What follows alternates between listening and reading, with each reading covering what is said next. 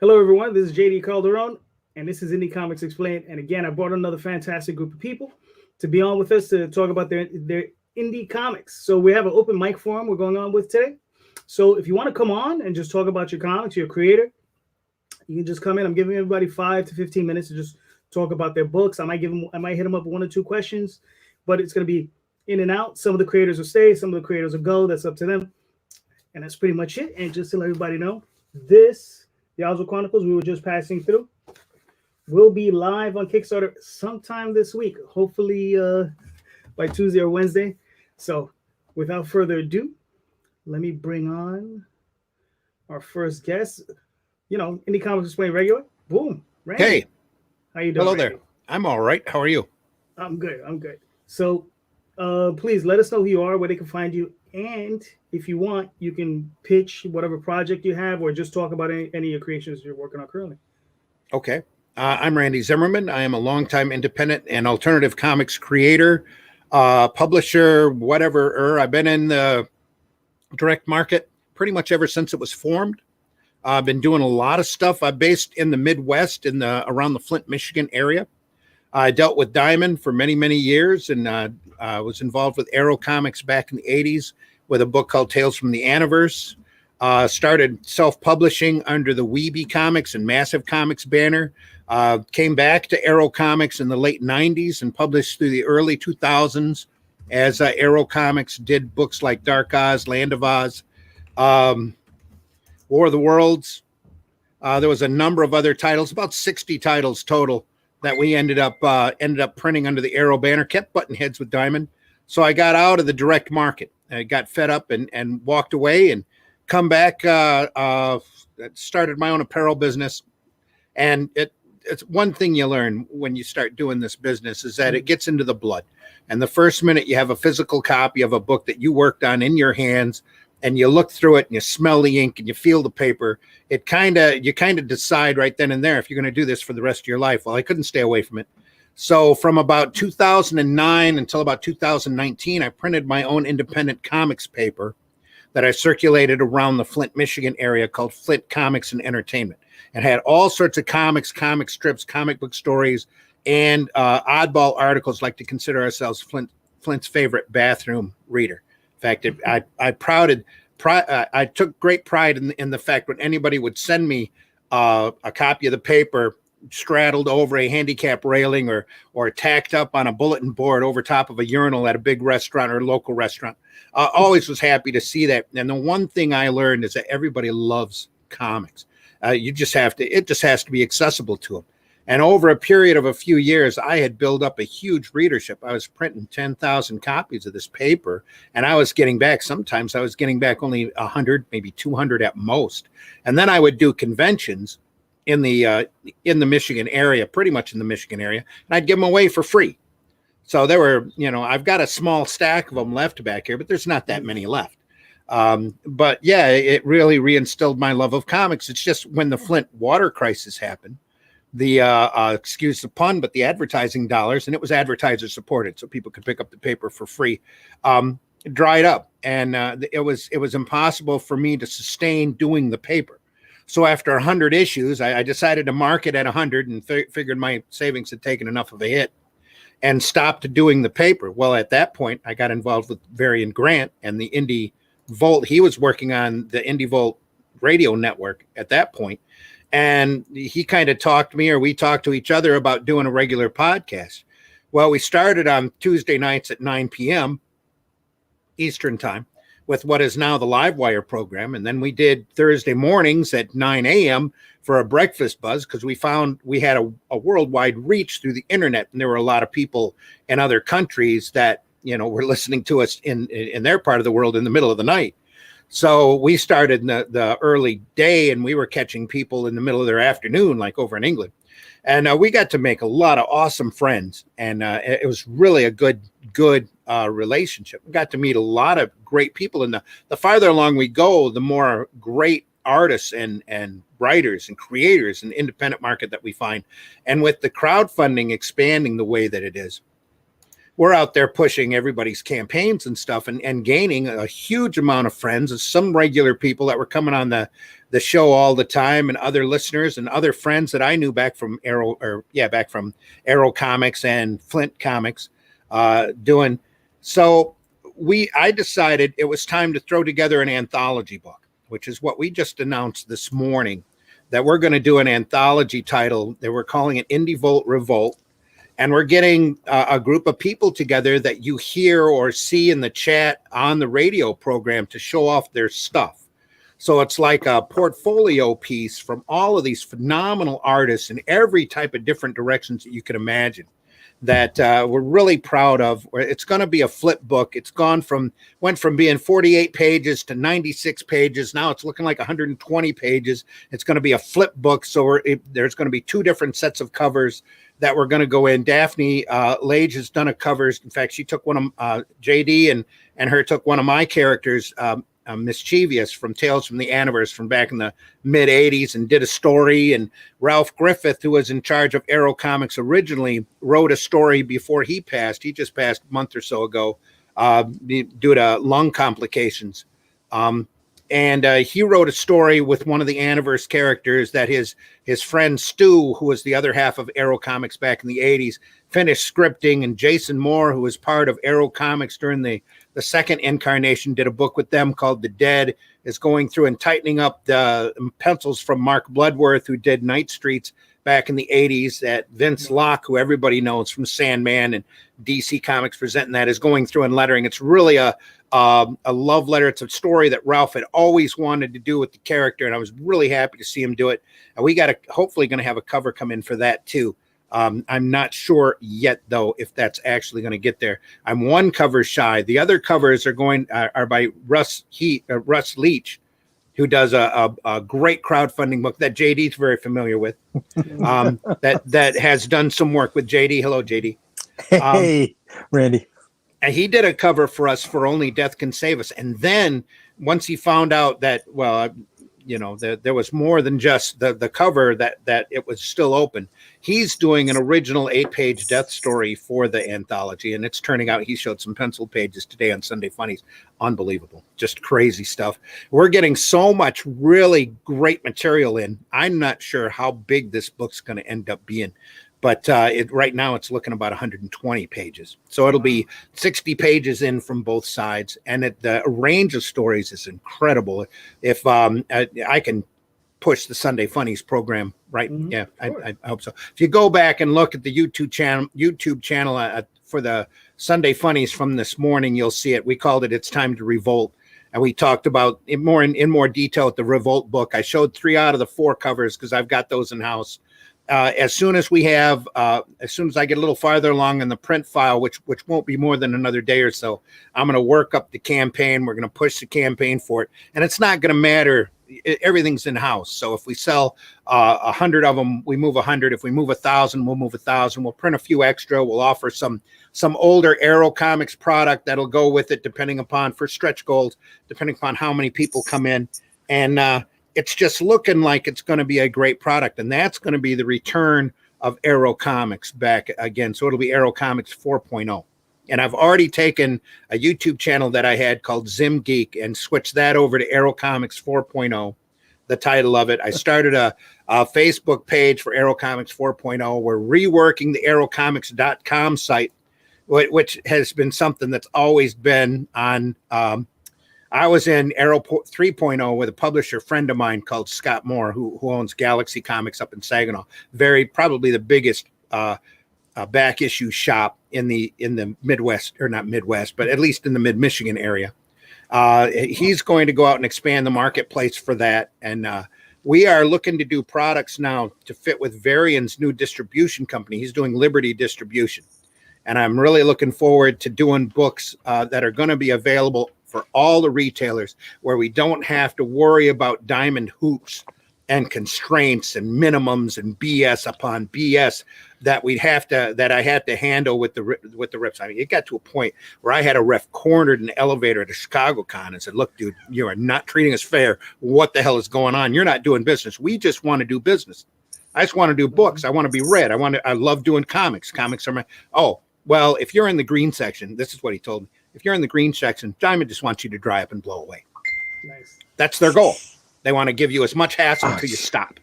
So I said, well, screw you. I guess we'll stop.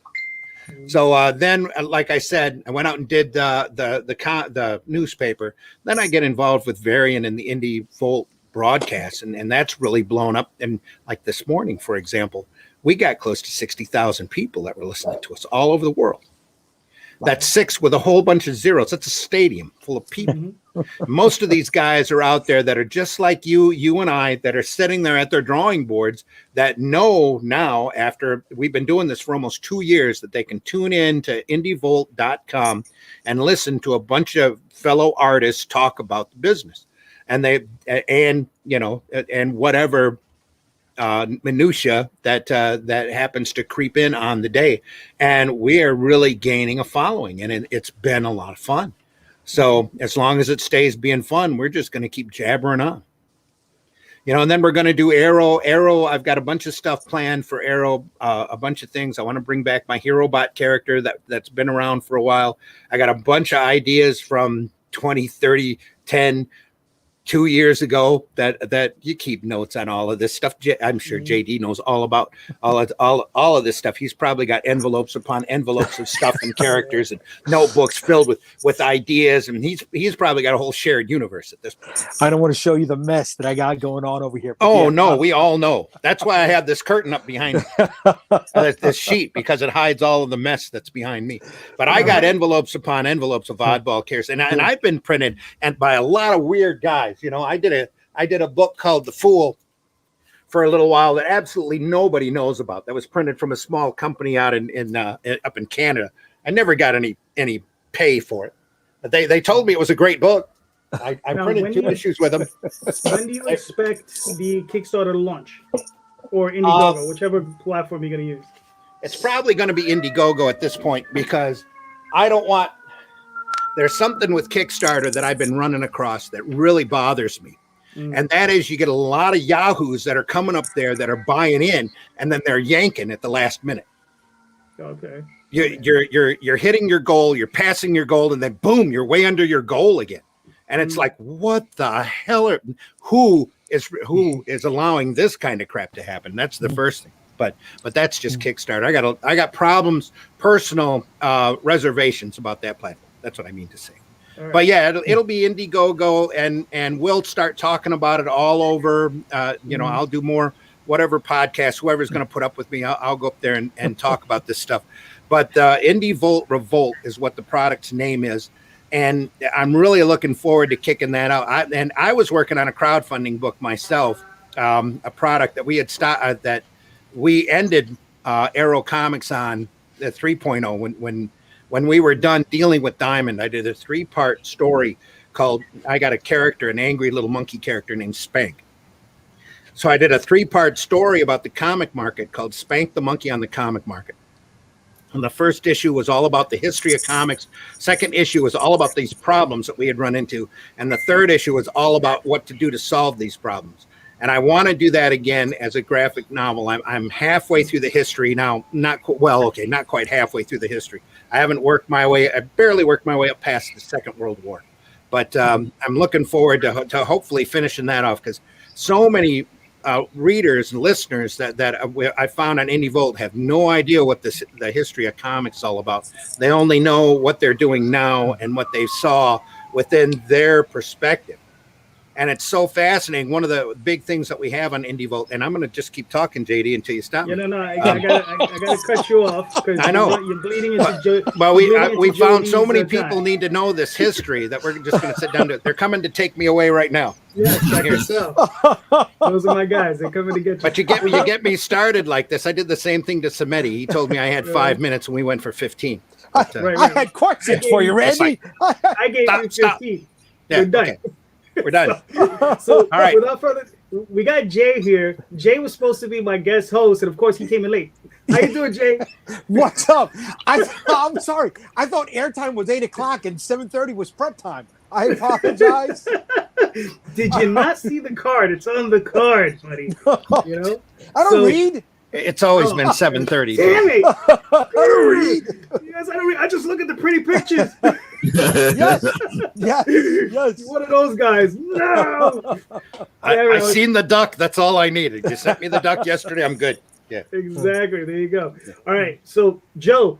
Yes. So please, you got 5 to 15 minutes. Please tell us about your creation, what you're working on, where you can find it, all that good stuff. All right. I did put the link to the company page in the private chat here. For those who don't know, I am Joe D. McPhee. I am the president of C2C Studios, creator of Amazonia, AWF, and Primetime Saturday Night. And to really kick this off here, JD, I need for you to say those magic words that I always tell you to do. Now, which one are you talking? Are you talking about Jay or JD? No, you. What do I normally tell you at the end of each show when you talk about the Oswald Chronicles? What do I tell you to do? Yo, go buy it. No, not that one. The other one. Show him the book. I want you to say no. I want you to say that to me. Oh, I'm sorry. Because I have never shown people books. Really?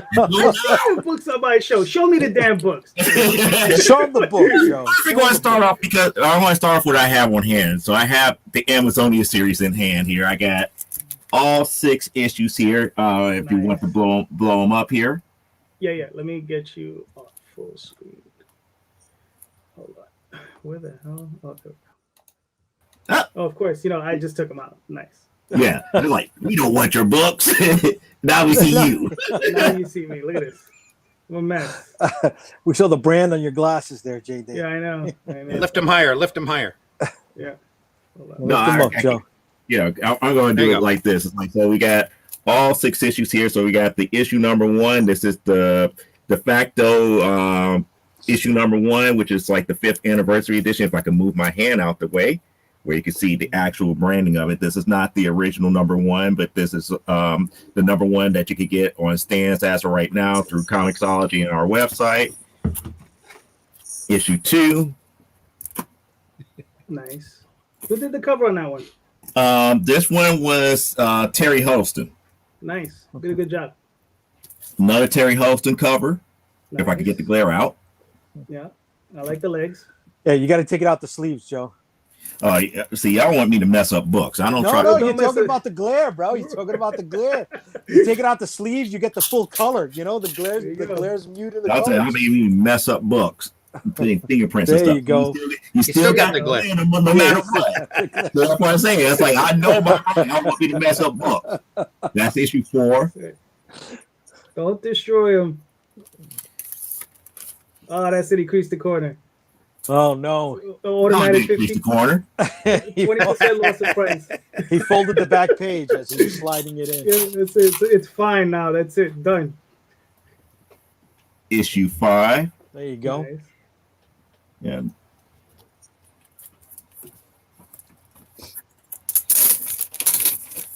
Shoot, I'm going to try to keep the rest on me because this could take too long. Because I only got 5. I got 5 to 15 minutes. Issue number 6. 6. Nice. And then we have all the specialty ones here as well. So it's like Bombshell Comics version of the C2E2 cover for 2017. Okay. Cool. Now let me ask you something. Did you have to get approval from Repop to put their C2E2 logo on the book? You did. Okay. Yes. That's why I said that's the reason why it's official. That one is official. Good. And then our 10th anniversary issue number 1, which actually contains the original number 1 in that one. Nice. One of the version variants done by this cover was done by the colorist for this series, Christine Bronson. If I could get the hold on, let me just get this taken care of. You know what? Screw it. Yeah, I still got the glare. There we go. Got it. There you go, baby. Get up there. Be proud of your work. And then the one that caught a lot of people's attention when this was announced for the recent Kickstarter. This version variant sold a lot. There you go. Yeah, that's nice. I like that. Yep. This was done by the editor of the series, Elaine Haygood. And then the last variant is the homage to the original cover. Cool. And you notice that she's actually holding the actual cover of the first issue #1 in her hand. Very nice. Yep. So that's the very first series. Now, Amazonia is about a superhero coming back to our hometown for the very first time after being away for 7 years. The reason why she went away is because she was actually accused and arrested for murder. However, after doing some digging, they found out that she wasn't the culprit, but yet due to her superpowers, they forced her into this one program where she was learned how to, adjust to her powers and everything to that magnitude. So this was like the first opportunity for her to come back to get some reconciliation and some redemption for what had happened to her. So pretty much, if you want to take a good look at it, it's more along the lines, think kind of like Savage Dragon mixed with Jessica Drew. Cool. Okay. And this is before we get into her mother's side of the family, which a lot of people are looking at and wanting to know about her heritage, about why she is so tall and stuff to that magnitude here. But now we got to get into the fun stuff, because I know some people like the dramatic stuff, other people like the fun stuff. So we want to talk about some wrestling. Oh, and tonight's Royal Rumble. Yep. So that's a great plug there, buddy. This is straight pro wrestling. This is the Primetime Saturday Night series here. This is what I consider a standalone issue, but yet it fits perfectly in the rest of the series here. So when I do the first graphic novel for the collective, this will be the first issue in the series, which is Primetime Saturday Night #0. This one is pretty much tells what actually happened in the pay-per-view that happened that was talked about at issue #1 of Primetime Saturday Night. Now, Joe, are your books are the interiors full color or black and white? This all are color, but Okay. this one in particular, this is a completely 3D rendered issue. Oh, okay. So just to give you an idea, I do this directly out of Dodge Studio here. We actually design every last character, design the fight sequences and everything to that magnitude. Re-render every panel. Now, why did you choose to put imagery in between the panel breaks? Is that imagery? I can't tell. What I was trying to create in between here is actually just nothing more than like the Primetime Saturday Night background. Okay. Like a blue screen background. It's like you have to understand that this book literally mimics what you would see in like a WWE Raw or SmackDown or AEW Dynamite episode. Okay. So from beginning to end, you get a full match card in each and every issue. Each issue is at least 50 plus pages. So it's like you gain at least 50 or more pages in each issue because we cover a full match card. Nice. Now, I don't have all 3 issues here, but I do have, like I said, what I have on here, like the issue #0. And issue #0 had 2 version variants. We have the Brick House version variant. So let me ask. 50 pages, you said each issue, right? Mm-hmm. Now, is it a 50-page match, or do you get behind the curtain scenes? Do your characters stay in character, or do they break the fourth wall? No. Okay, let me explain AWF to you here. Okay. AWF is made up of 2 series. The original AWF series is the behind the scenes type stuff about the actual women who have the superpowers that is being shown in these wrestling matches and everything to that magnitude, and what happens in their real life. What Primetime Saturday Night is the actual pro wrestling show that they put on. So they don't break the fourth wall. They're in actual wrestling character from beginning to end. Okay. Now, is that something that you are limiting to these side issues, like the 0 that you're talking about, or will future issues have them go behind the curtain? No, it's 2 separate series. Okay. AWF is behind the curtain. Gotcha. Okay.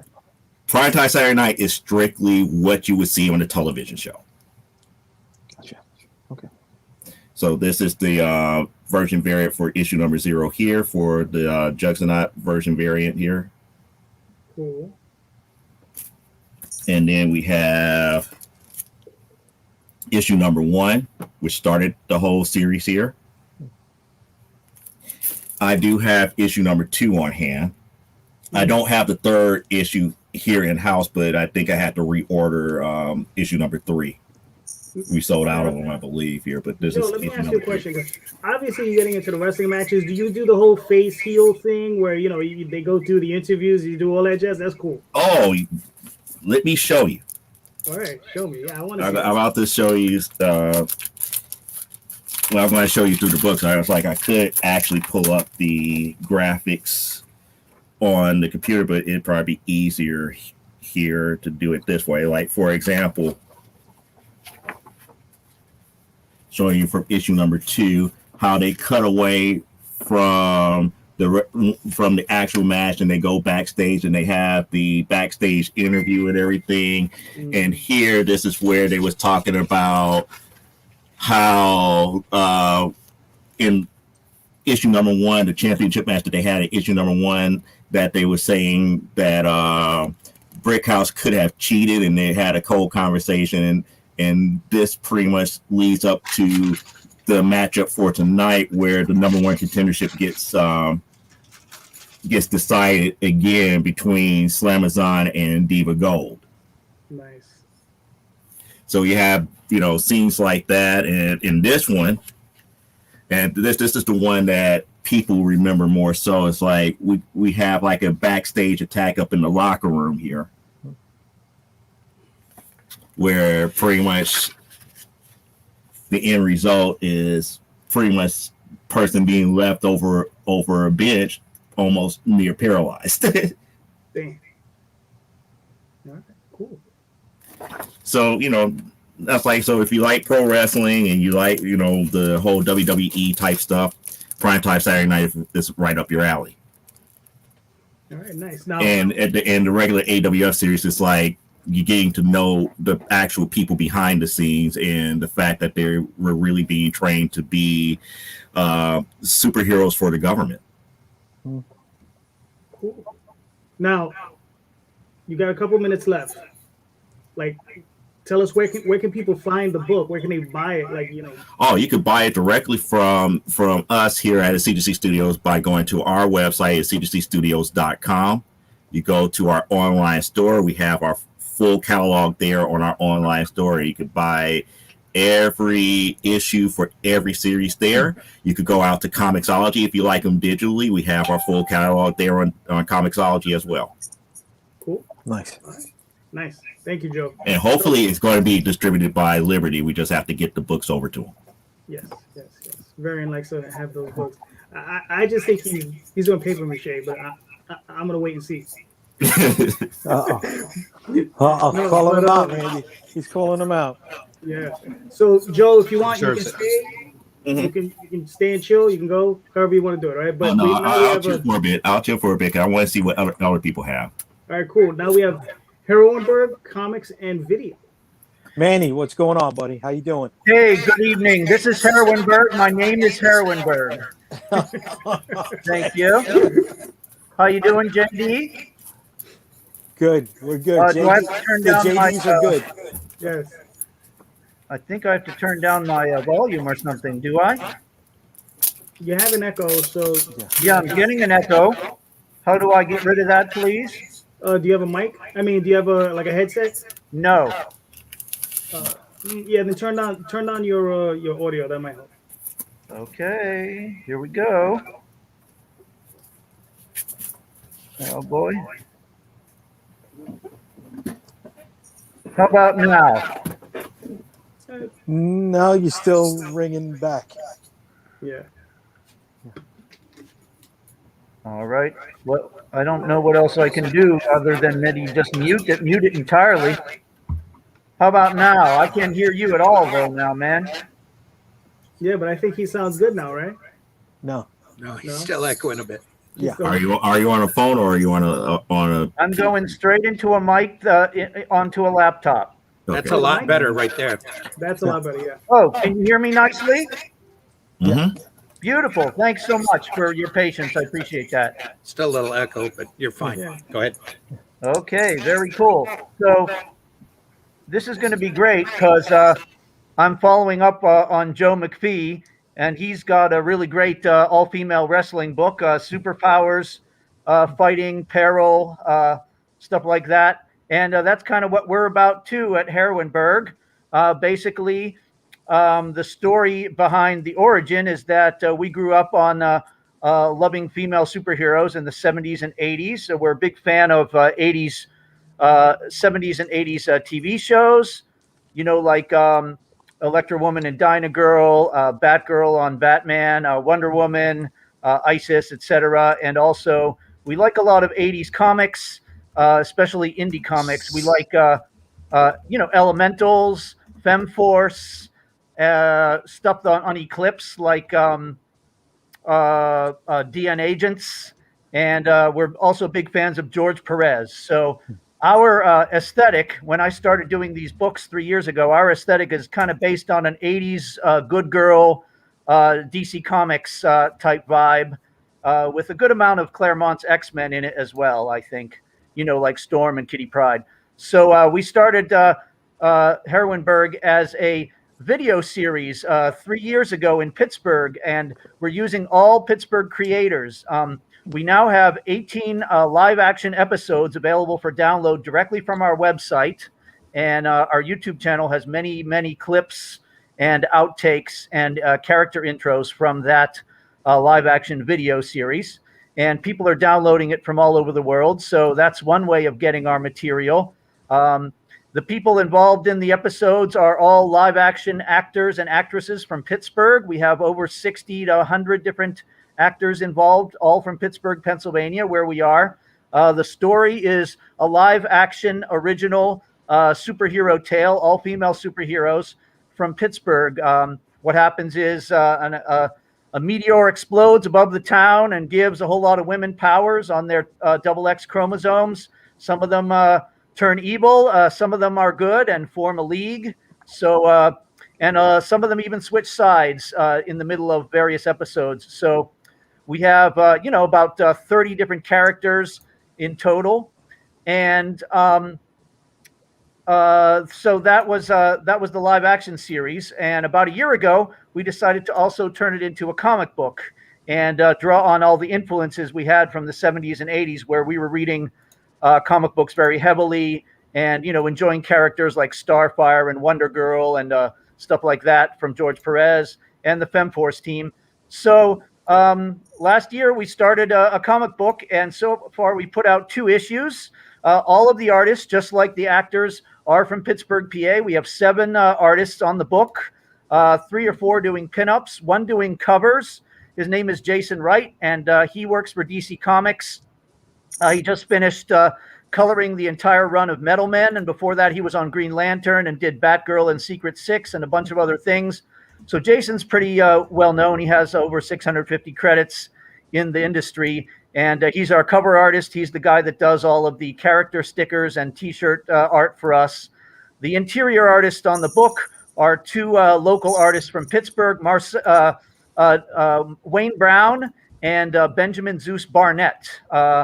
Some people might know Wayne Brown from his indie comic Like Father, Like Daughter, which he does together with Kat Kalamia from New York City.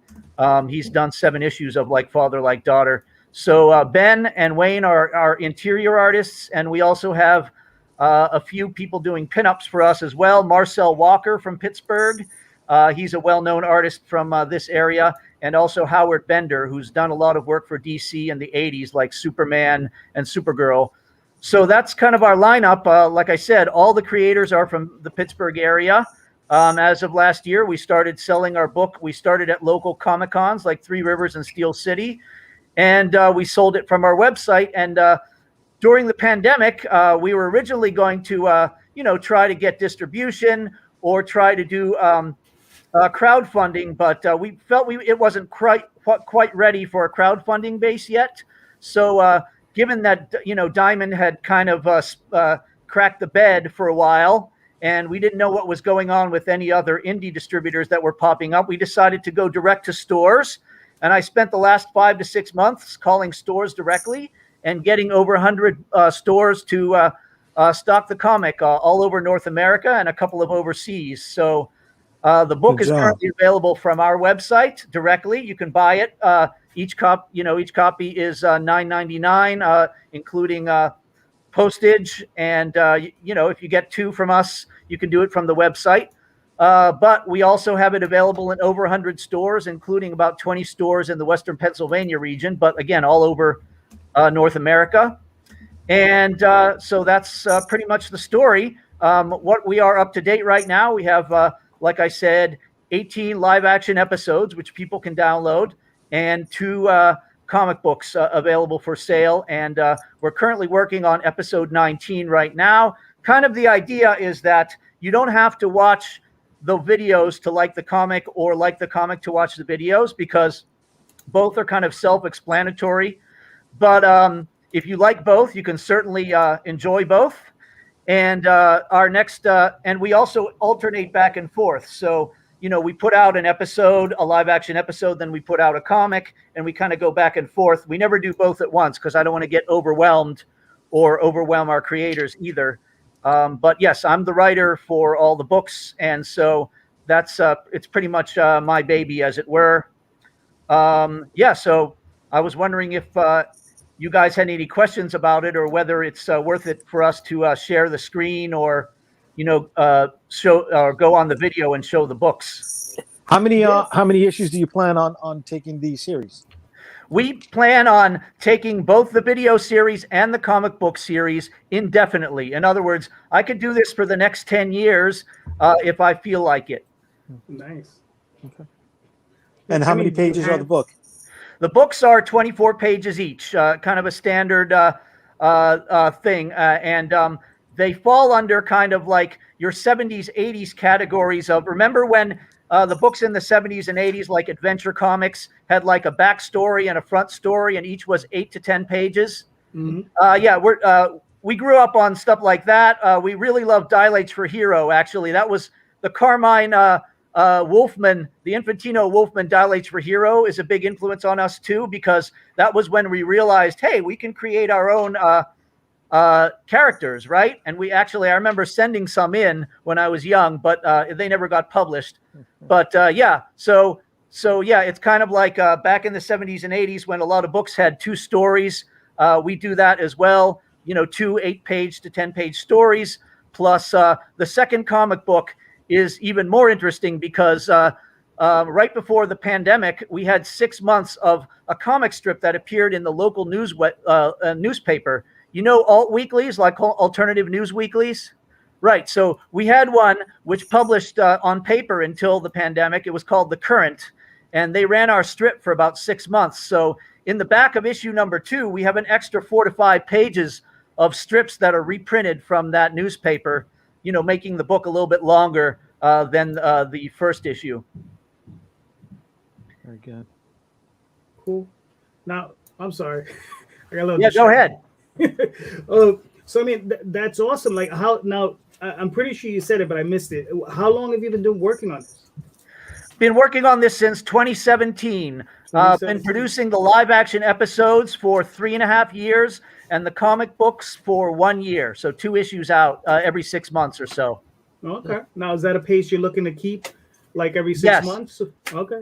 Yeah. What I want to do is a comic book every 6 months, and maybe an episode every 4 months or so. So we'll alternate back and forth, but sometimes they come out at the same time, because sometimes things get produced even a little faster than we thought. So it just so happened that issue number 2 and episode 18 came out simultaneously. We were able to push them within the same month. And, everybody who stocked number 1 in their stores, about 100 stores, we called them up and we we have issue number 2 now. I know it's only been 3 months, but we got it out a little faster even than we expected. So, that's not a bad thing, because we worked at our own pace, What now? What type of now? I know video is expensive because I don't know what you're doing. I don't know if you because I've never watched any videos. I don't know if you're paying for costumes and that sort of thing. How are you financing it?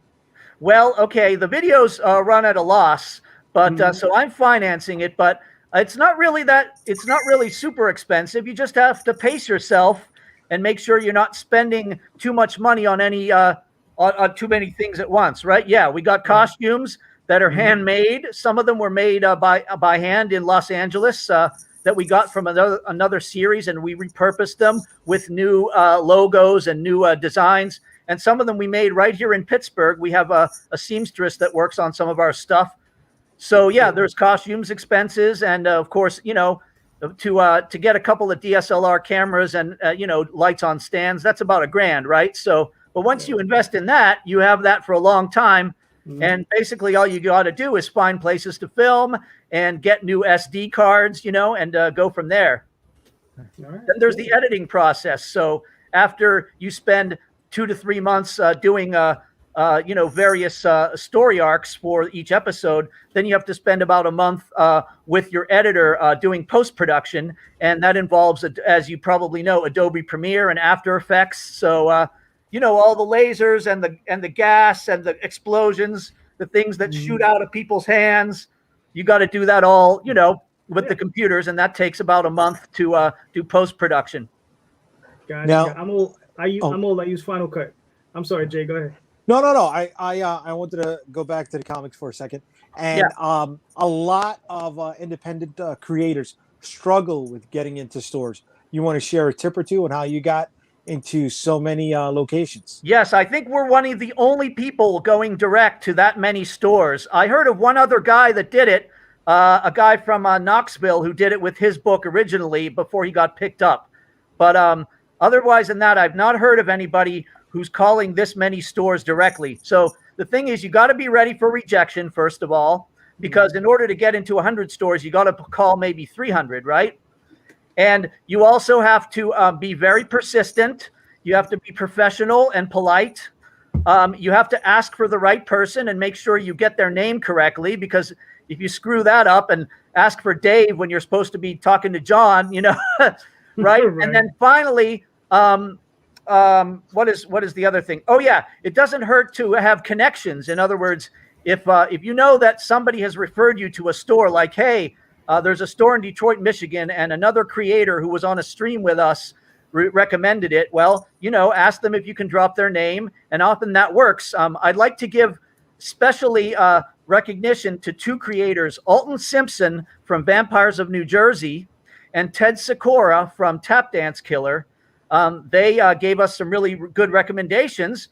And as a result, we got into a bunch of stores in New Jersey and Northeast Ohio, and those are pretty near Pennsylvania, right? So it's an ideal way to expand. And I think you should expand regionally, not unlike a local band. If you're a local band, you first want to play your hometown, then you want to expand out to, play Columbus and Cleveland and Philly, right? And go from there. And I think it's not that different with a comic. You want to really saturate your 5-hour driving radius first of all, and then we have stores in Oregon and Florida and California too. So you expand first from your immediate radius and then go on from there.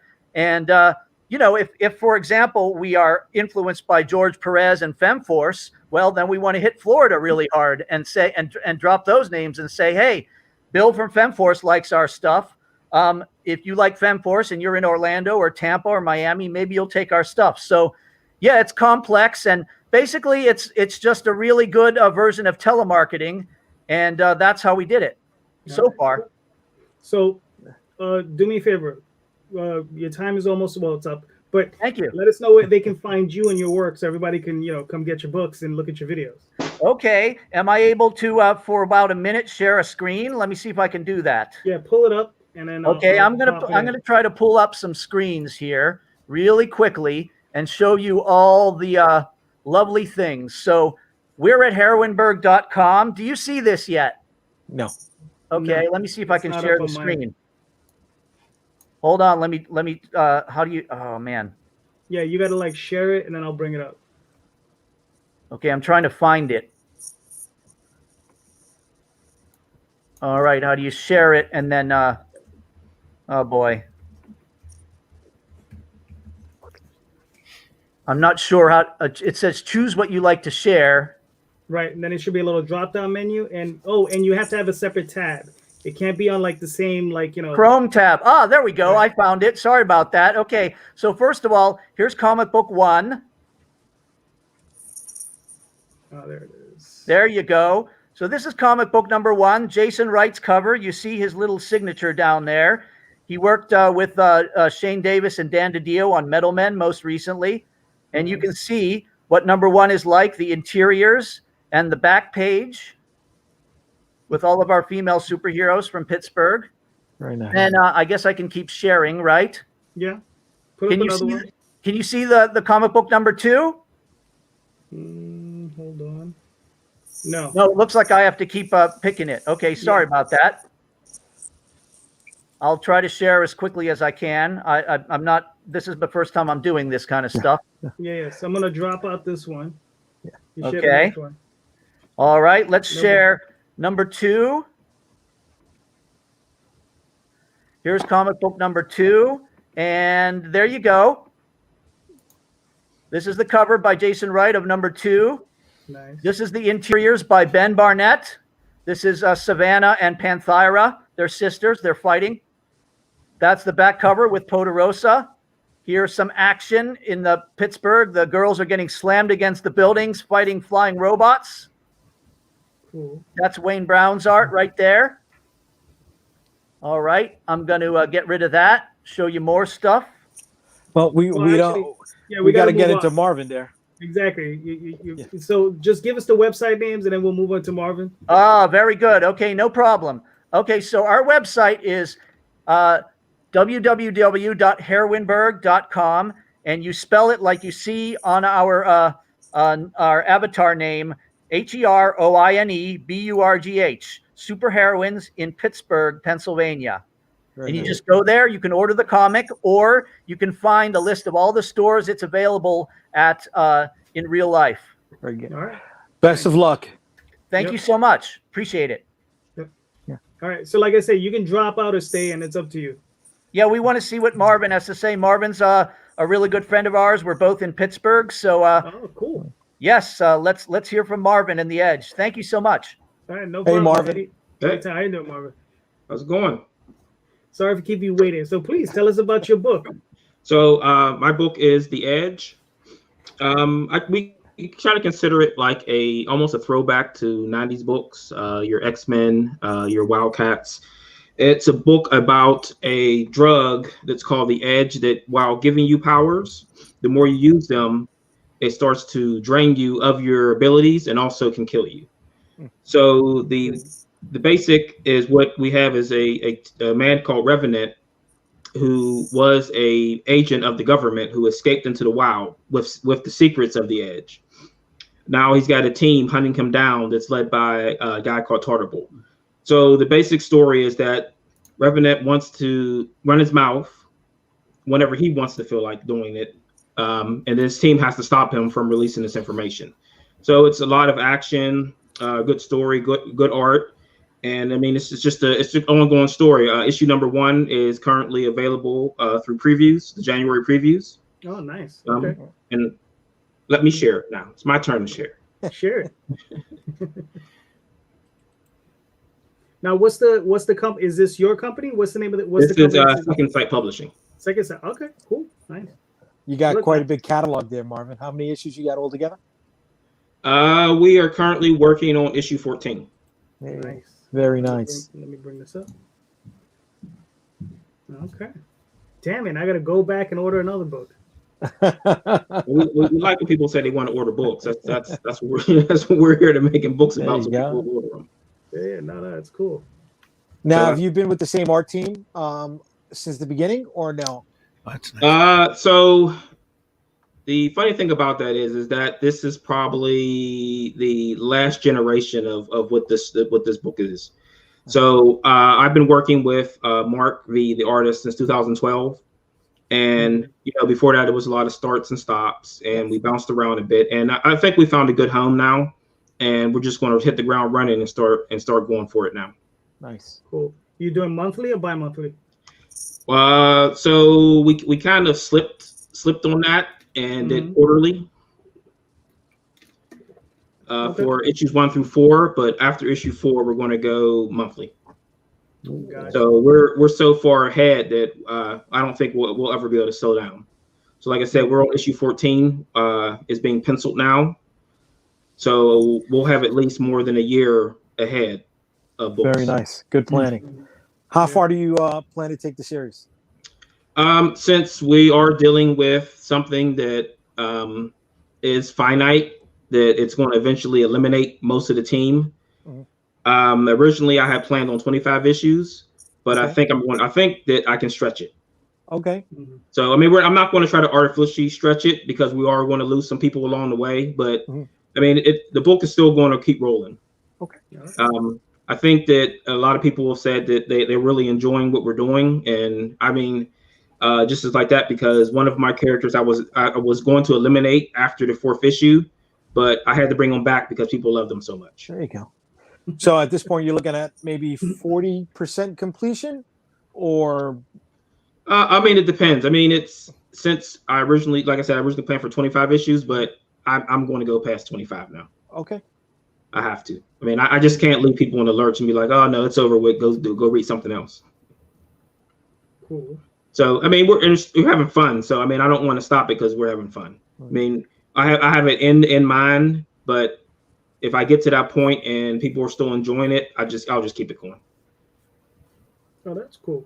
Now, your artist, how did you guys hook up?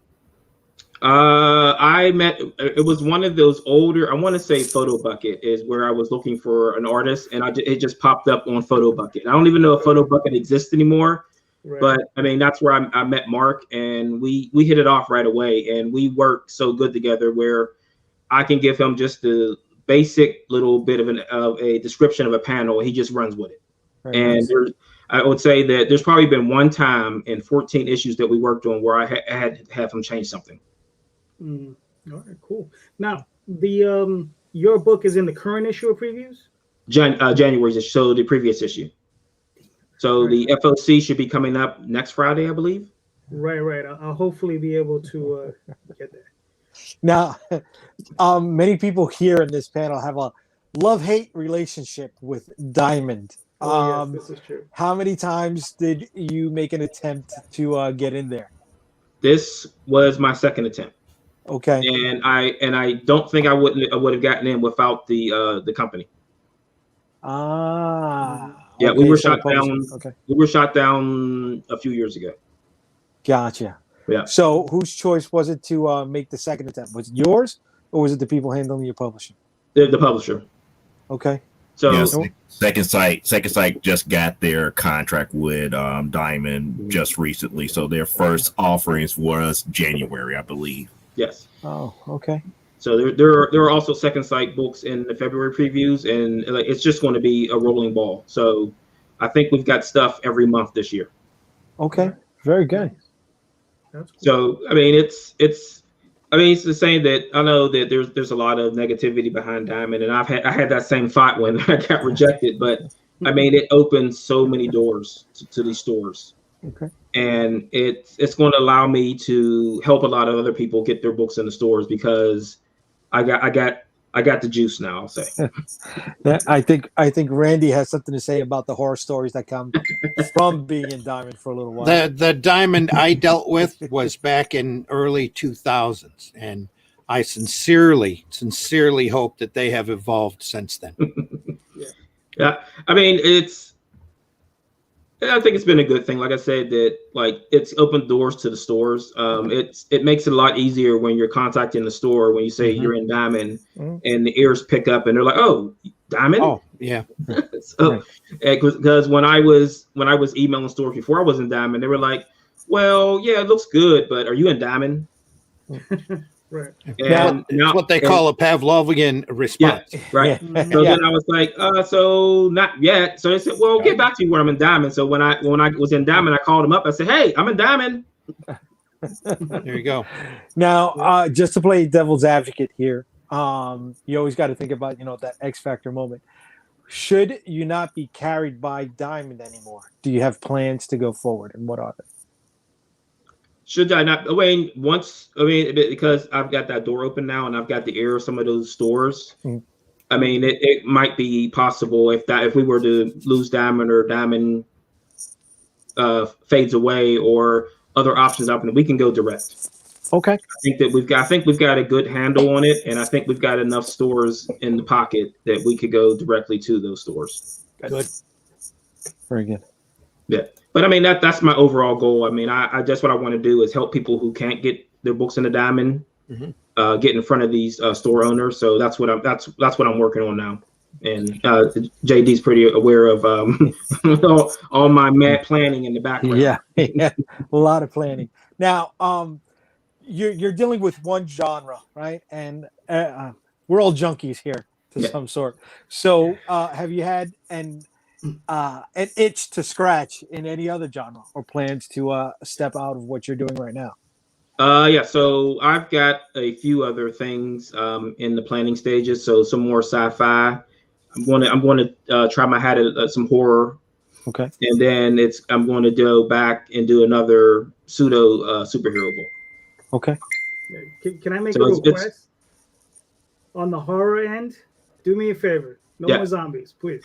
No zombies. It's funny that you say that, because I was playing a game on PlayStation, Dragon's Dogma, and some zombies popped up. I'm like, why are there zombies in this game? There's no need for zombies. You got skeletons, you got undead warriors, and now the zombies are coming after you. I'm like, okay, this is enough. The zombie pie is huge, JD. You gotta get your piece of that pie, baby. How about if I say it's werewolves? There you go. We live in Zombie Central. Yeah, werewolves to me is an untapped genre. I mean, there hasn't been a lot of stuff with werewolves in it, so I'm going to do the werewolf path. Okay, I'm like that guy from that movie. What is it? The merman. I want the merman to come out. You want sharks with freaking laser beams on their head. That's what you exactly. want. What is that? Cabin in the Woods with the merman? Yeah, Cabin in the Woods. Yeah. The guy was like. I always had a motto when I was doing Flint Comics, when people were submitting stuff to me: zombies are dead and vampires suck. There you go. Yeah, I mean, it's being... I hate you all right now. There's so much stuff to horror that people just don't touch. That's the thing. It's like, it's easy to do a werewolf. It's easy to do a vampire. It's easy to do a ghost. It's easy to do a zombie. What happened to the true thrillers and chillers is dealing with the mental aspect of really getting into the minds and the hearts of evil. See, but that's the thing. Killer clown dolls. Zombies is just the window dressing, man. It's the genre. It's the drama that drives the story. It's the interaction of the people that are in that zombie world. I'm sorry, I'm taking away time from Marvin. Well, I mean, if I was writing a zombie story, I would try to make it a smart zombie where people don't go out dressed in tank tops. Like I would have them like dressed head to toe in body armor or in like medieval armor that the zombie can't even get to bite you. So then you have to figure out, how did these characters die if they're wearing all this stuff? And it's the infighting that would get it. It would be them killing each other more than zombies. Yes. But isn't that what it always is? It's the mouse running through the maze. They get to the people. Oh, look, I found friends. And then one idiot, you get into a fight. And that's pretty much all zombie stories. Yes. Bro, there's only 37 thematic themes out there in literature. You got to dress it up with something somehow, man. Come on. I dare you. I challenge you to make a 38th. But hey, you guys know where me and Marvin are from, though, right? Pittsburgh. Yeah. So we are the homeland of zombies. Oh, right. Yes. George Romero, man, because he started it. Okay. If I were to ever do a zombie title, I've got an idea for one that takes place on a space station. I was going to call it Romero 1. Nice. There you go. You want zombies? Romero 1. Well, they already did Hellraiser in space, anyway. So and Jason. Yeah. All right, so Marvin, where can they find you and like all your work and all that good stuff? I am the Edge Comic on Instagram and Facebook. On Twitter, it is Marvin Wynn, but I have, with Herrenberg's suggestion, have changed that to @the Edge Comic because someone is sitting on the Edge Comic on Twitter. They never post. I don't know why they just don't delete their account so I can take it. There was an Edge comic by Gil Kane and somebody that was out a year, 10, 20 years ago. I'm sure it was Gil Kane was associated with that. If that's the case, Gil's passed. So that might be why nobody's contributing to that page. That's where the one with the blue and the white costume kind of and the diamond L mask. Yeah. I remember that. It was Malibu, right? Yeah, I think so. It was their creator-owned brand. Bravura. Either Malibu or Dark Horse. Yeah, But Marvin, you could get around that by just titling it Marvin Wins the Edge, and you're good to go, brother. Yeah, absolutely. Right. Yeah. Yep. All right. All right. Thank you, Marvin. Like I said, if you want to hang around, you can hang around. If you want to break out, you can break out. So finally, we got John. Yep. Oh, how you doing, John? Hey. So here I am at spaghetti dinner and having dealt with a furnace that went out this afternoon. Oh no! Yeah. Wow. So, but that's been taken care of. They can. One of the good things about living in a small city like Lexington, you have local people, and they were here for within a half hour with 20 minutes. So we're good.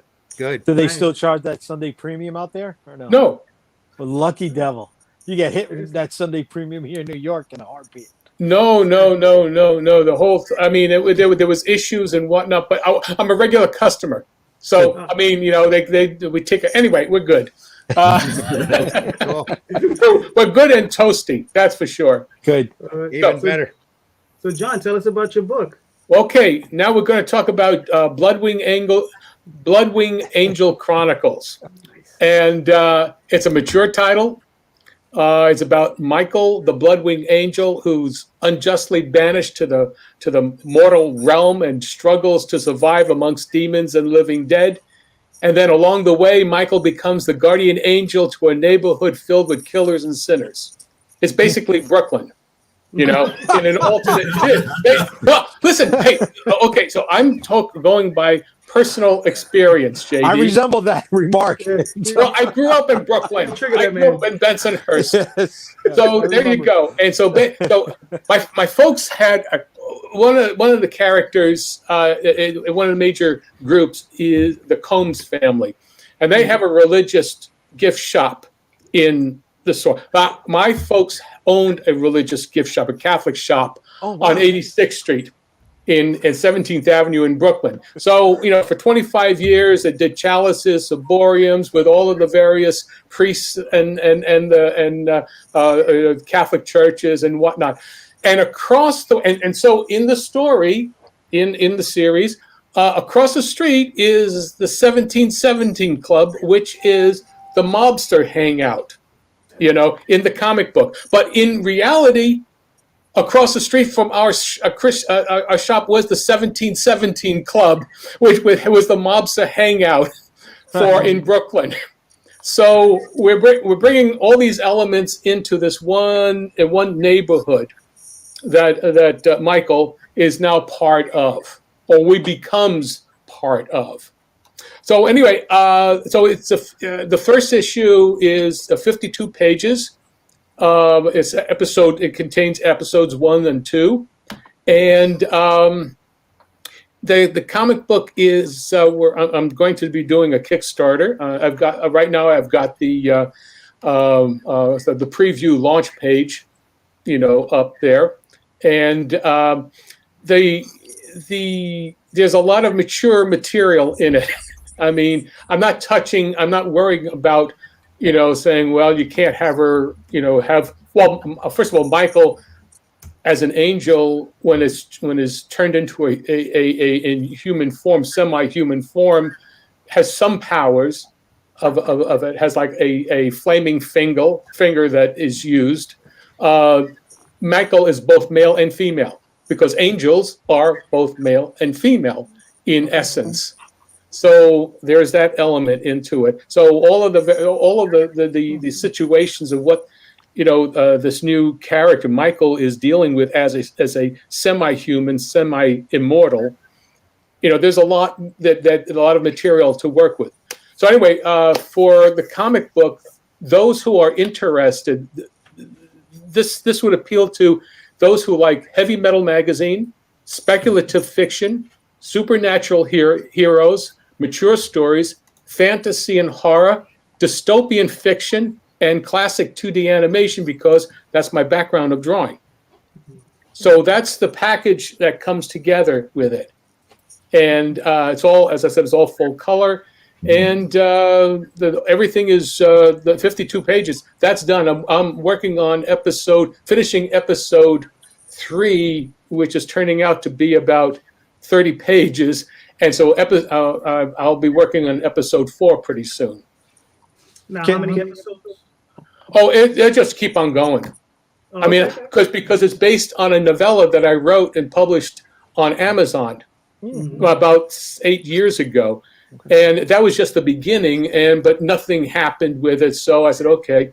But the character could go on, because within the society that Michael lands in, it's because of what has occurred in this alternate universe. Each area is surrounded by a wall. And from one society to another, there's all this no man's land of monsters and critters, and they're all developing differently in different sections. So there's a lot of movement that can be done from one place to another, because they really are not in communication with each other. It's kind of like Sicilian neighborhoods in the 1700s. They're all mountain towns, and they all have their own languages and particular foibles and what have you. So there's a bit of truth in all of this, the reality. So yes, JD, you look like you're ready to ask me a question. No. Why a double-sized issue? Why put 1 and 2 together, and what's the price point on that? Okay, the price point is, well, first of all, I wanted to make it a very large. Well, first of all, I had already done so much of that work, and so I didn't want to have. In Kickstarters, I don't like the idea of having to spend so much money for a 24-page book. Okay. Mm-hmm. And because it's a mature material, I wanted to.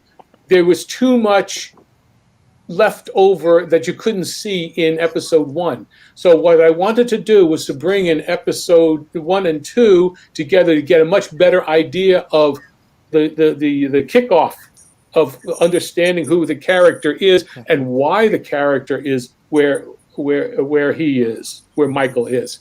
So I decided to do it that way as a 52-pager. And so the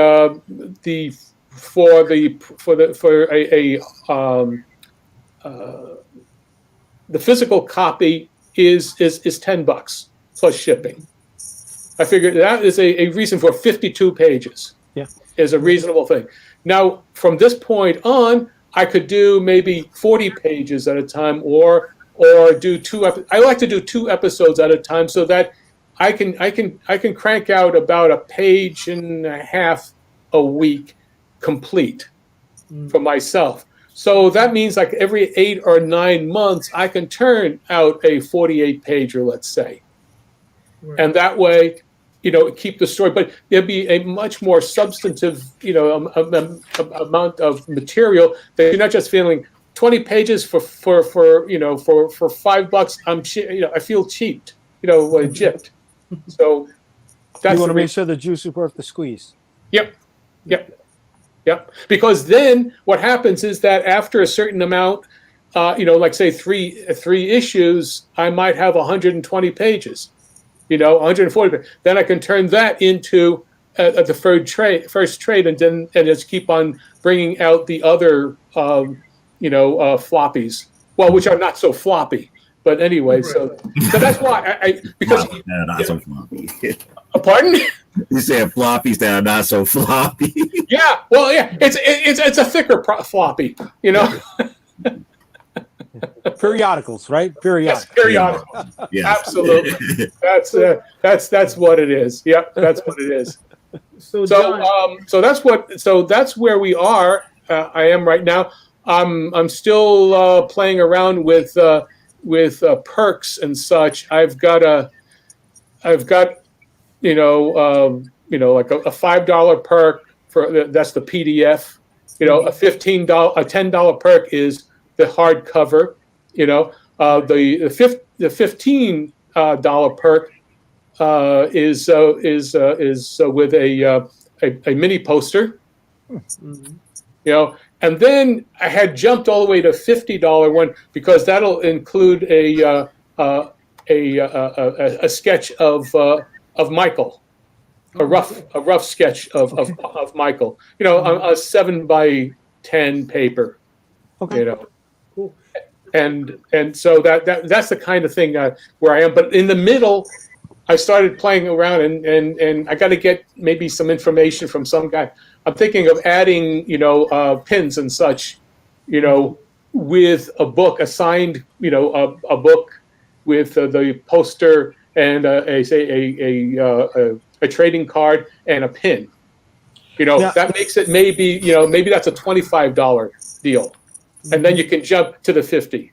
Don't you have another book that you've worked on, John? And can't you think about including that within? The problem is that I've got two other books. I've got Snuffy and Zoe's Toy Box Adventures, and then Mega Moose. But those are two different. There you go. Those are two. Those comics. Those are under my John the Animator Comics line. This is Johnny's Mind Comics. And that's for 17 plus. So, and there are two different audiences now. Maybe as I develop the Johnny's Mind comics, the Bloodwing comics, there may be parents who will say, "Oh, I like comic books. What is this for this?" And they might go and get something for their kids. But right now, the Snuffy and Zoe and Mega Moose fans or potential fans don't have credit cards that they can go and kickstart, because that basically is the top line of that is maybe about 12 years old for Mega Moose, and there's just between Kickstarter and Indiegogo last year, it didn't go that well. Gotcha. I mean, it wasn't that. I thought I would get a better response, but obviously not. So, I'm not gonna go someplace where I'm not wanted. So, but I already had Bloodwing. I had done it as a novella, but I also had done it as a webcomic for about 50 episodes. So I already had that material done. So it's just a matter of just saying, okay, recolor it and go with that. So I'm on page 70 of that. Cool. The one thing I was going to say is that at some point I would hope you'll put the novella maybe in the back of the book, because that's something. I'd like to see. Well, yeah, that would be an interesting. I would do that, but the thing about it is that I think I need to make that as such a special thing when.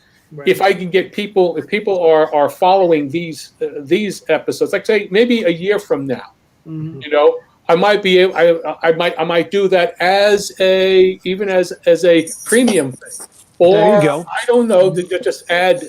I'll have to think about it because it's all been done. I mean, it's all the material is already done, but I don't want. Here's the issue. I don't want people to read the novella by itself, because it's different. I mean, I developed it as I actually went through a transition period where I was trying to pitch the idea to for TV. So I added more elements to it. So the novella is by itself, but I don't want people to read it until we get to that point in the comic. Otherwise, people will be saying, well, wait a minute, where's this going? People expect you to do something, and I'm not going to do what they're expecting me to do. So, to try is maybe doing it as a chat book. I'm sorry. A chat book. Oh, it's chat.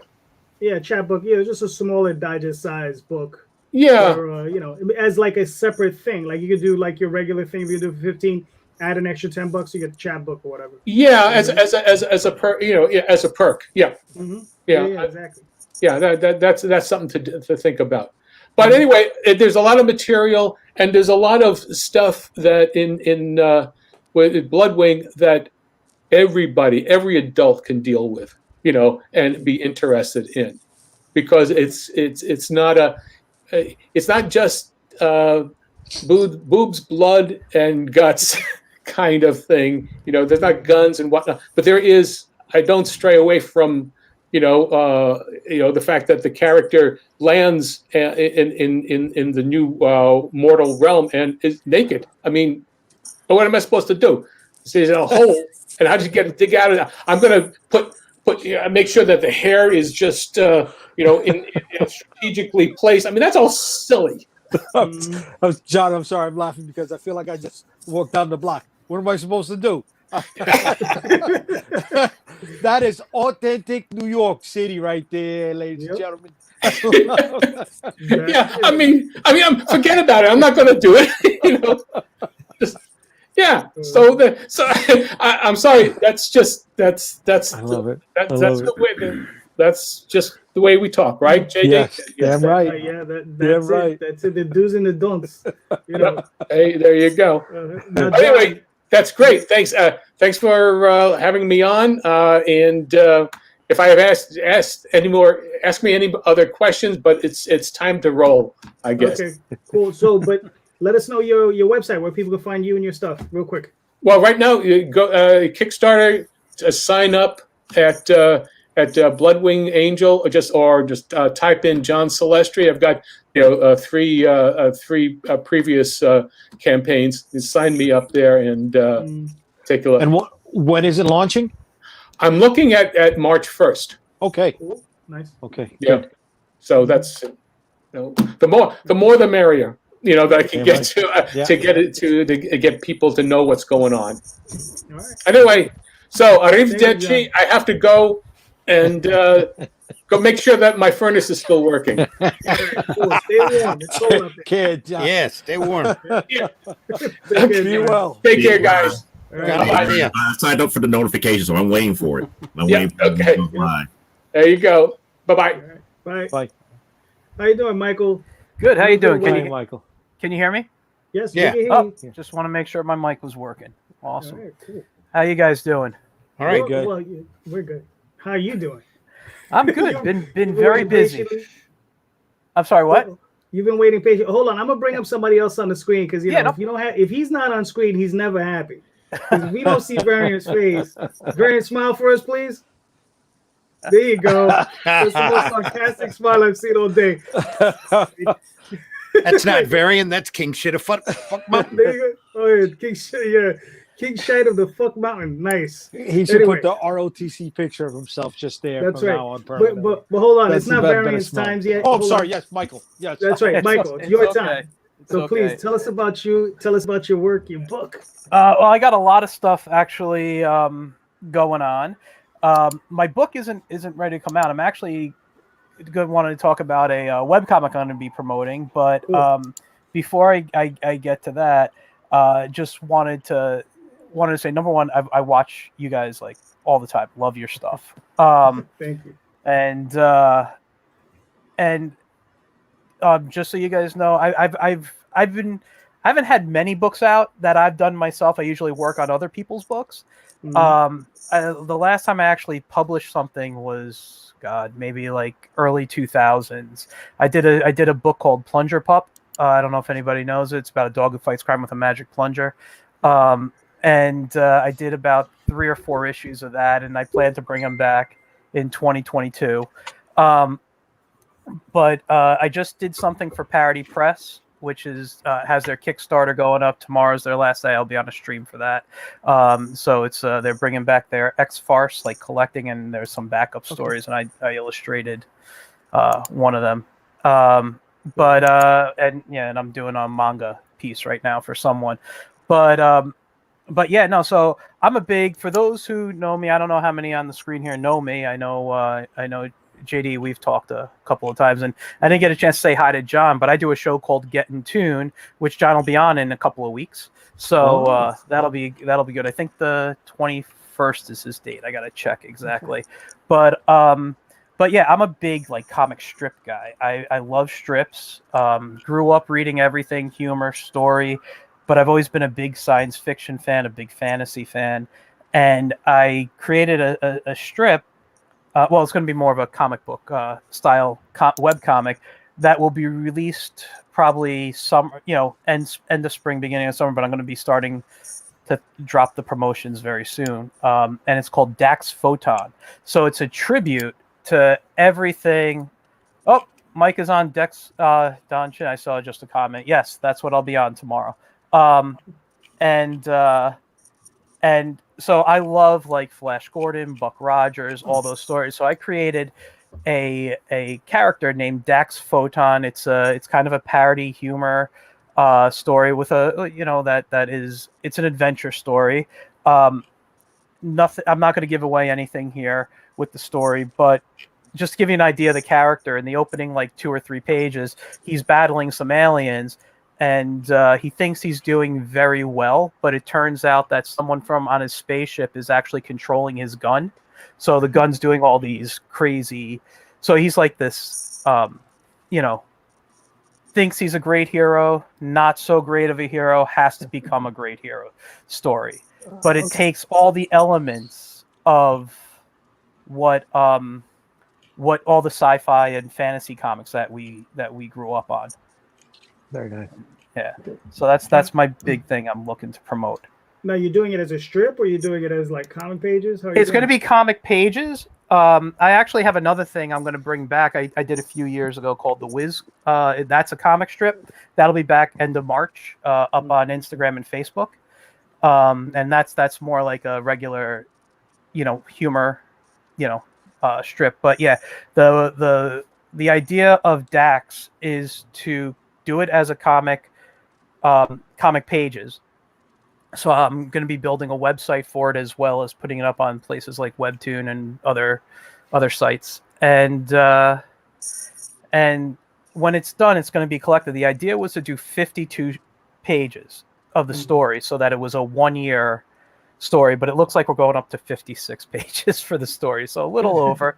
Then we're going to collect it, and what's not going to be online is going to be some stories that me and my writer are working on right now. I'm illustrating it, and I plot the stories. He writes it for me. And we're going to collect it with some other short stories of other characters and other things I don't have time to explore in the strip itself. So, and that's really that I wanted. How badly do you have to beat your writer? You know what? He's actually pretty good. He's a little late on deadlines on occasion. Nothing that I'm not going to knock, because we all have our lives, and we all have our day jobs at the moment. So I can't say, that's discrimination, JD. I resemble that remark. I'm very upset by you. That's why I asked. So do I.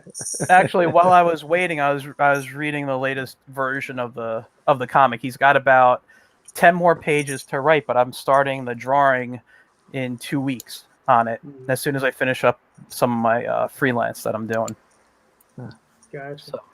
All right. So, I mean, how long has this idea been percolating in your head? Like when did you start? And then, Well, I've always been into parody, and Dax has been around. Oh God, 2012 or 13. The idea here's what happened. I used to teach college full time. Now I just kind of do it on and off. Gotcha. But I would teach college art, and there was a visual storytelling class that I taught.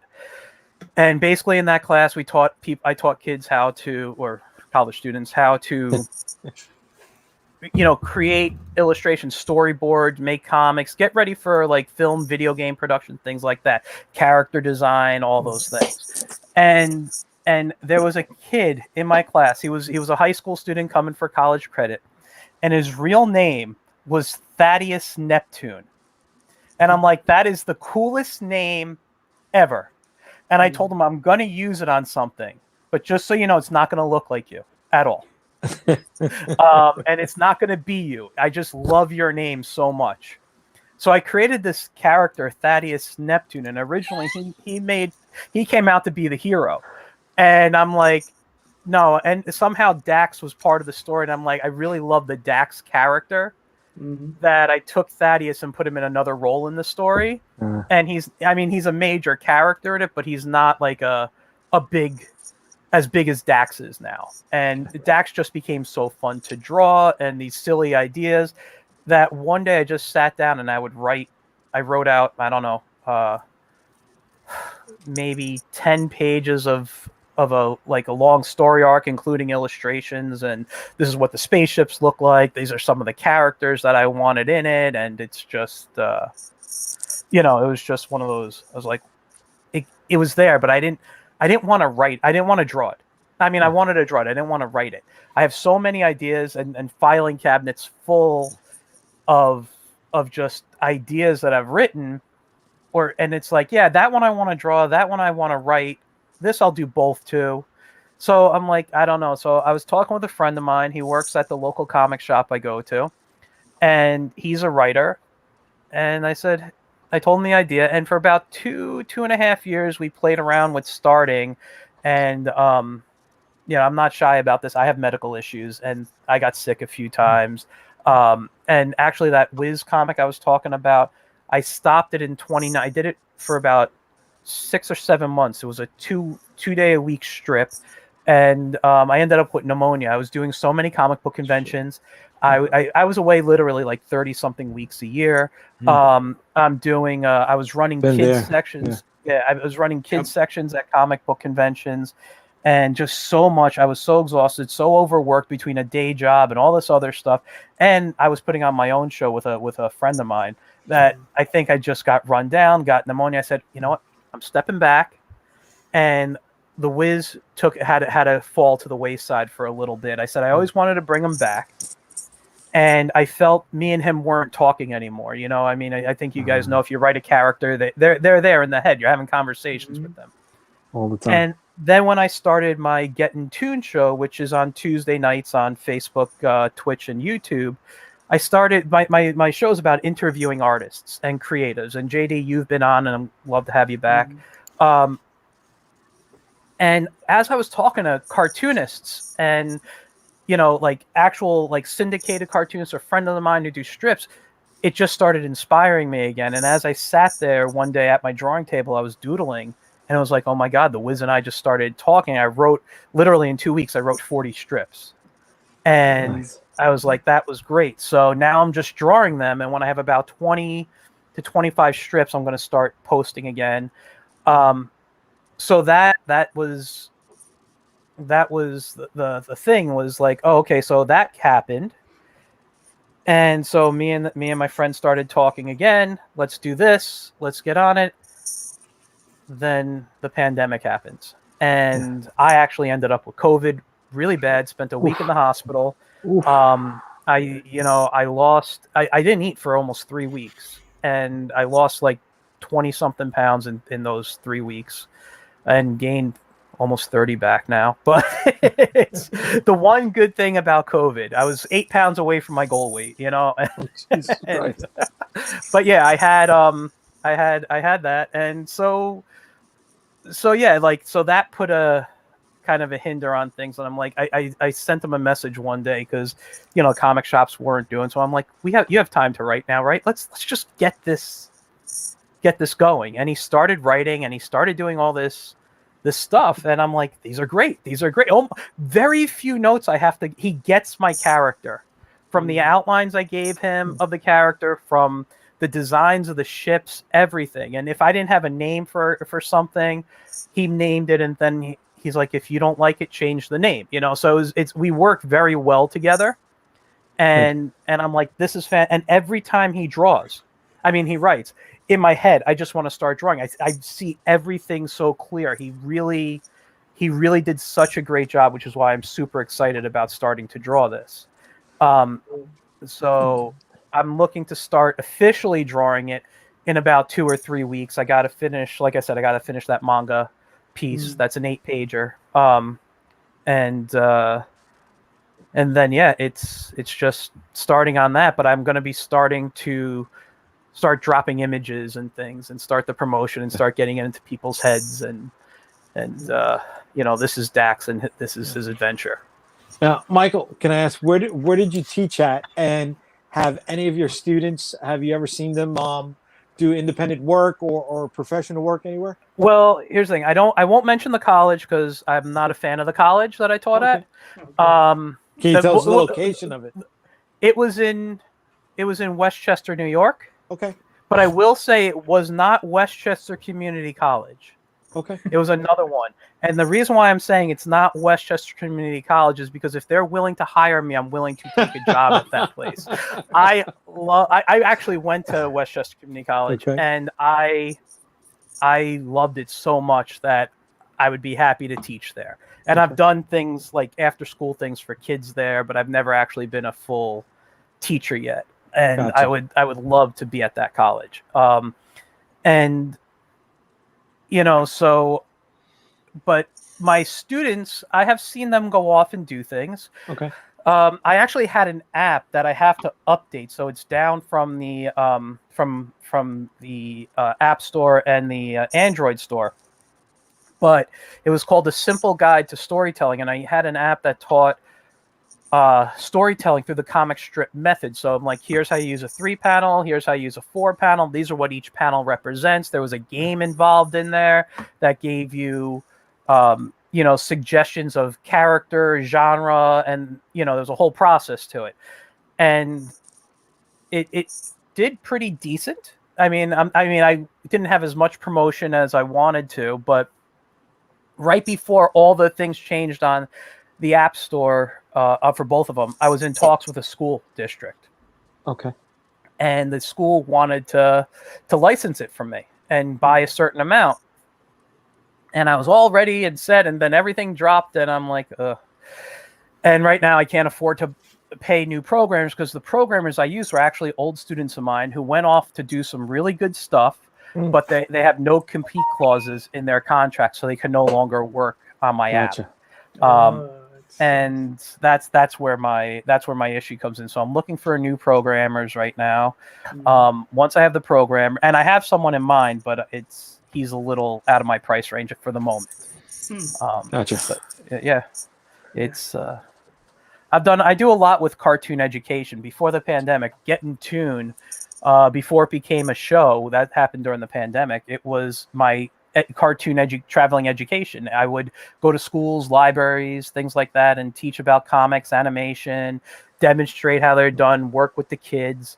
I did a lot of fun stuff. And when the pandemic happened, I did a couple of things virtually, but people weren't really looking to spend the money because I get paid through like the PTA. Usually the PTA will bring me in, pay me to come, but everyone was home, so the PTA wasn't spending money. Right. You know, so I had that was a little hard and not as fun. You know, like right now it ends at the end of February, but I got a gig with a library playing Dungeons and Dragons with kids. So I DM for some kids right now. I'm getting paid to be a dungeon master, which is like a lifelong dream anyway. So that's fun. So every Thursday night we play a game. Just finished one up this past Thursday. They start their new session this coming Thursday. Nice. Very nice. Yeah. All right. So Michael, I got to move on to Variant. Yeah, I completely understand. Please let us know where they can find you, your work, and all that good stuff, and your videos. Well, at Michael Gracia is my. You can find me on Instagram, Twitter, YouTube. If you go to Getting Toon, which is TOON, that's my. You can get me on Facebook there. And if you follow Twitch, it's Toonmaker76. So TOON, Toonmaker76. All right, cool. All right, thanks for having me on, you guys. I actually have to get back to work. I would love to hang out, and I'll still listen, but I have to get back to work. So thanks. I'll see you guys later. All right, thank you, Michael. We'll have you on again. Take care, Michael. Thanks. Bye. It was nice meeting you all. Yeah, nice Take meeting care. you. Nice meeting you too. Now, Bye. on to Mr. Fuck Mountain. How are you, sir? Oh my God. That's right. That's right. That's a hell of a name right there. That's Exactly. right. How you been, Barry? What's going on?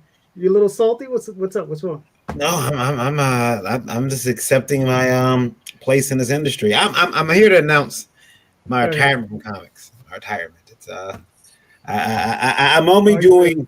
I'm no longer doing comic books. I'm only doing what I like to call visual novellas. That's right. Not it's illustrated fiction. Illustrated fiction has been taken over by so many pedestrian thinkers. I just can't see myself in league with those people. Listen, don't you be talking about J&J like that, bro. I just can't see myself palling around with the likes of Larry Higgins or who else? Eric Hudson. So, Shouldn't you be smoking a cigarette with a long stem as you say all of this stuff right now? Yeah. where's my blunt?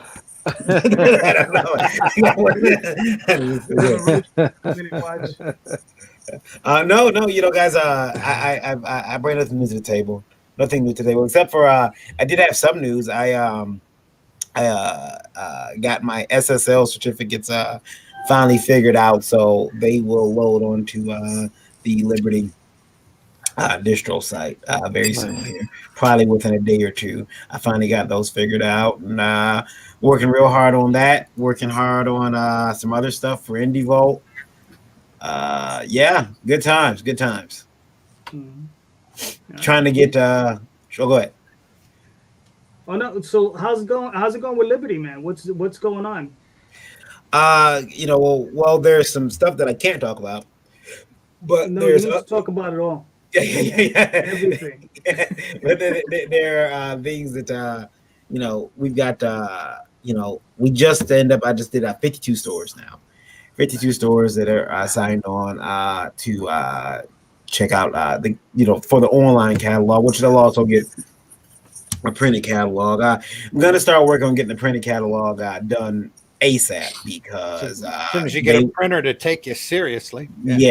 The problem is, one of the printer I wanted to use for the catalog has been apparently swamped with work and can't be bothered to return my calls. So my emails or calls. So I'm gonna have to move on and try to find another printer for that because the catalog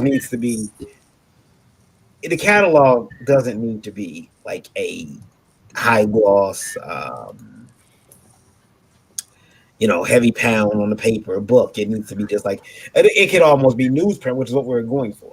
Yeah, for the catalog. And apparently, the guy who does that's local to me, it's very busy. Maybe he's just rich now. He's retired. He's like, screw this. But I've been trying to get his ear for about. No, they just bought another large printer over on the west side of the state that they're trying to get straightened out, and he's been spending way too much time over there. Yeah, trying to get that act together, but that's still no excuse for him not to take a second out and give you an estimate. Yeah, I had considered just doing it and taking the work up there and saying, "Could you print this?" I had thought about doing that and just like kind of basing the price for the catalog off of what Randy was used to moving. Yeah. So I might end up having to do that too because I really want to do it local. I really want to keep that local. But yeah, that's pretty much what's going on. Yeah. I'm still waiting for some stuff. I know you sent me some books, JD. Still waiting for those. The warehouse they're supposed to call me whenever something gets delivered. Sometimes they don't do that. We'll call you. Yeah, right. No calls. That's where I'm at. Also, for Indie Vault, doing a lot of work on that site. Never gonna do an SSL certificate on Indie Vault. I don't care how many people tell me your site says it's unsafe. It's not unsafe. It's perfectly fine. Perfectly fine. You don't have to buy anything on Indie Vault. SSL certificates, for those who don't know, it lets the internet know and Google know that your site is safe. And if you don't have that, then sometimes they'll flag your site as unsafe. Not secure. You mean not secure? Yeah, and I can understand if you're doing business on the site. I get that, but if you're not doing business, like monitor, because like even if like Last Call Comics is not secure, but our store app is. Like if you want to go buy comics, it links to a secure card. It isn't, but the site itself isn't secure. That's how they get you. I used to have SSL certificates on everything until I realized that I was paying about $300. Now, I know your wife is going to be releasing a book soon, right? Oh yes. It's You the want to give everybody a heads up about it? The talk of the day is my wife's book. She's got a book called Lore. You can hear her laughing in the background. She's got a book called Lore coming out, and Lure, Lore, and it is a very adult book in terms of content. It's the cause of life. Yeah, my wife's book. It's the contention. It's a point of contention in this house right now and in this marriage. But I think we finally had a breakthrough today on how her campaign is going to go. Okay. And I'm now slightly less worried. I want to thank a good friend of ours, Meredith Vlogger, for being able to show Lola what I've been trying to tell her all along. And like, look, you can't do this. Yes, I can. No, you can't. And Meredith was like, yeah, you can't do that. She's like, oh, okay. So how many pages is the book going to be? 70 pages? 80? Between 70 and 80 pages, yeah. Maybe a little bit more. Yeah, she may have some more, and it depending on what type of art is left over. So we're probably looking at something that's going to be probably square bound and 150 pages. Yeah. Now, Randy, I want to ask you, when you first started, you were talking about how the Indie Revolt is growing past 120 pages. Yeah. What is the breaking point for you? Where do you feel, okay, these are too many pages to be in volume 1. We're going to start playing out a volume 2. Well, see, that's the thing. There's so many other things that I want to do. I honestly would just like to do one volume. Mm-hmm. And have it done, and then worry about the other stuff that I want to do. So if it grows to a 250-page tome, you're going to put it out like that? That'll be an awesome tome. That's what it'll be. Okay. You have it. You should see you should. I can throw up a couple of covers here and show you what this thing looks like. We talked about it this morning, and you get me jabbering on it. And Varian was like going, "I didn't know they were going to be in the book. I didn't know they were going to be in the book." I want everybody to understand. I need everybody to understand. There was one time when my first publishing company, I just got to tell the story to Meredith. There was a book that came out with my publishing company that I had nothing to do with.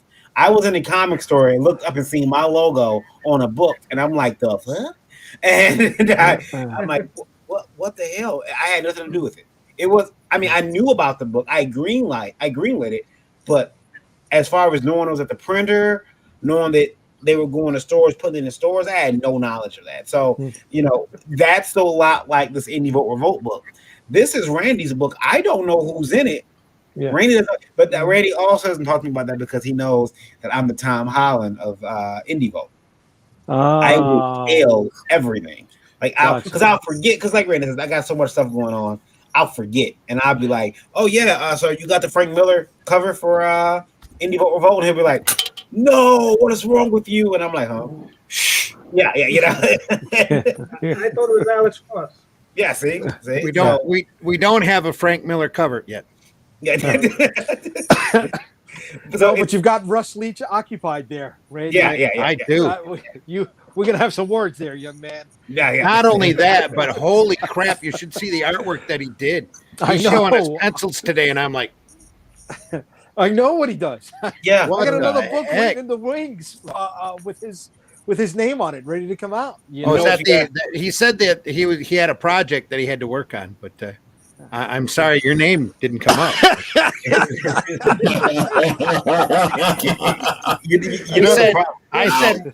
I said, when are you going to be available, Russ? And he goes, 3 months.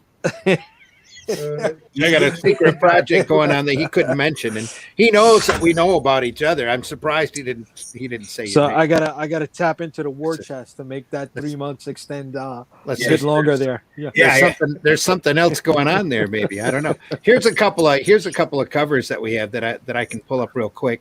Yeah, share them out with me. One of these is by Daphne Lage, who might be an unknown to the panel, of Mischievous and Ganda. And the Jetpack Girl there is by Chris Skelf, who did a lot of work for Dark Horse, usually Star Wars and Godzilla work. In fact, he did a Boba Fett miniseries pretty close to when Dark Horse lost the contract to Disney for the Star Wars material. But it's a lot of fun. Hopefully, he's been talking about doing a story also, because he's got a son who's like 19 or 20 that draws almost as well as he does. Oh, wow. That they've been talking about doing a father-son team up on a property. So that story might or might not end up in the book. He has an open invitation, but he also does a lot of storyboards and advertising work, animatics work. So if you ever go over to his channel, he's got Chris Skelf as a YouTube channel. He puts up some tutorials sometimes. He is insane when it comes to Photoshop and painting. He showed me how he drew one time, and I just stood at it, staring at it, dumbfounded, going, I can't do that. See, he starts with an eye and then works out to the entire body. And I'm the kind of guy who needs a framework to build up from, and a composition, and he's got it all in his head. He's just, here you go. You know, I start off from the eyes just because I don't want to be cockeyed. Yeah, I start off from the eyes. Well, he does an eye, and then he duplicates it and flips it. And it's just, he says, this is all you have to do. I said, no, it isn't. This is what you've done on Photoshop for, right. all of your, he taught himself how to use Photoshop because he wanted to, make a living doing storyboards and stuff. And his work is just awe-inspiring to me. Now, Randy, I got a question for you with these covers. There is a bit of bleed on these covers, right? So like where the arrow box is at, that's like the corner. The arrow box is going to bleed off the top. Off the top and off the side, or will we see that just side? Off the top. Okay, all right. Yeah. I was wondering because I noticed the cover. I was like, is that gonna go all the way around? Are we gonna lose the art on that side? But no, that should be the cut. The cut of the book is what you're seeing right there. Theoretically, let's hope it works. Let's find out. Again, he tells me nothing. Like, this isn't my book. I don't even know if my name will appear anywhere in it. Like, I don't know if it will either, buddy. I'm telling you to give me a story. There you go. It's in over there, but I'm like, I'm like, take a couple of minutes out and write a story or something. Find an artist and let's get it done. It's just I now understand how the former mayor of Detroit felt when he was sitting in front of a congressional panel and they were asking questions. I don't know. I didn't know. Because people reach out to you, hey, how do I get in Indy involved? Contact Randy. I don't. Well, Randy's mean. JD. First off, you need to have been on Indy Volt, or at least close enough or a big enough listener that you've added stuff in the chat. Like I was saying earlier, Imperium Vol gets a hold of me out of the blue and says, can I send you a story? And I'm like, dude, I don't even know who you are. I recognize your name because you've been in the chat a lot. But yeah, it's open for anybody that's big in Indy Volt, so that if some of our listeners from who knows where wants to see an example of everybody's work, here's the book for it. That's literally what I want to do with the anthology. So he sends me a story and it's like, this is awesome. Dude, it's incredible. So it really reaffirms my thought that the people that are listening to the Indie Volt podcast are artists very much like ourselves all over the world. He gets figures from Peru and Argentina and Northern Ireland and all over the place of how many listeners that we've got tapping into the internet radio. It's just amazing. And I know it works because my friends list on Facebook has jumped like a nut from people from all over the world. I think we need to get great. some of those creators because, listen, I'm tired of all you Midwest guys, okay? Chicago, now Pittsburgh, all right? We got Flint, we got somebody else in Michigan, you know. We'll tell you when it New gets York. cold outside and you're Midwest is is the hardest place to sell. You East Coast people don't know Jack One. Try to come here and sell your stuff and see what you have to really go through here. we blame the harsh winters. Money. The Rust Belt. It's all the harsh winters. Yeah, and the Rust Belt. What are you going to do? You sit here and you draw pictures. No, I've always done well when we used to go to Pittsburgh because we used to do it almost annually. Pittsburgh Comic Con, you know, back in the 90s. Those were the days. Yeah, They were the those days. Great shows. Yeah, Those Steel really City, good shows. Three Rivers, yeah. You know, At Steel City. Anyway. Yeah, Randy has some background information on Steel City there. Well, Steel City was always the most extreme convention for me because I would either go and kill or I would go and die. Gotcha. And it was always every other year. I'd go one year, great show, and I'm like, great, I can't wait to get back there. And I get back there, nothing. Yeah. Well, Three Rivers is happening in May. We just don't know how big it's going to be, but I heard from the New Dimension guys, Three Rivers is definitely happening in some form or another. normally you kill in Michigan and run to Pittsburgh. That's how that works. But yeah, well, Mark, we're not talking about real people. Let's not go there, buddy. Let's not go there. Listen, I wasn't even going to say that.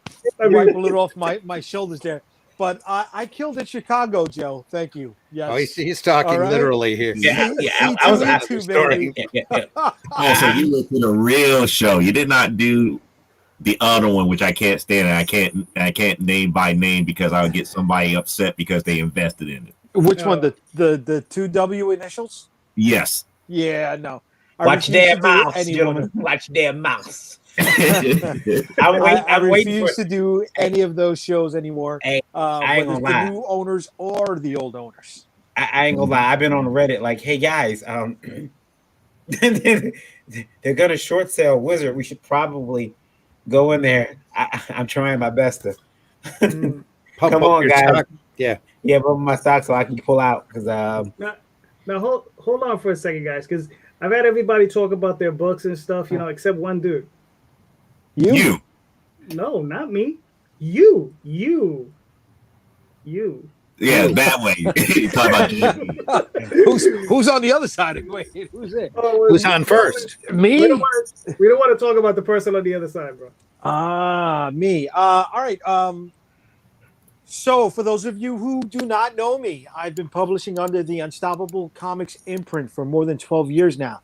We've grown quite a big catalog of superhero-specific books and some zombie books. Thank you very much, which do sell. We just finished a fulfillment on a crowdfunding project recently. So we're going to be launching a new crowdfunding project coming up.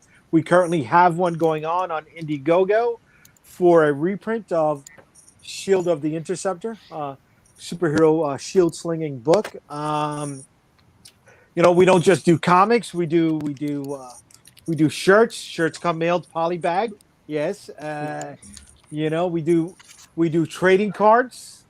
All right, as add-ons to any of your perks, your incentives. All our books come shipped in either hard mailers or clamshells, so you're not going to have the post office janking your material when they try to shove it into their mailbox because they can't. So we're protecting on stuff like that, and we're going to continue making books for as long as the missus lets me. Now, you recently shipped out a book, right? I did. Did you get yours yet? No. No, it shipped out last Wednesday. No, I was expecting a hand delivered with like a cheeseburger and some donuts, bro. Whoa! You didn't pay for that perk. You did not pay for that perk. Okay. I thought I was paying for it now. No. Marvin was thinking about paying for one of those perks to get it hand delivered, and I almost did it at a discounted price for him, but that didn't happen. Yeah, New York City. Come on, that's expensive, bro. You know what I'm saying? Traffic and parking alone, you can't do that. There's no park. Listen, I'd let you park in my backyard. It's no problem. No, That sounds like an offer to me. Oh, there you go. We're trying to come Ronnie, back up you to pay- NYC. We are, yeah. Good. Yeah. Good. I Well, mean, it's not. It's what, an 8-hour drive for you guys, right?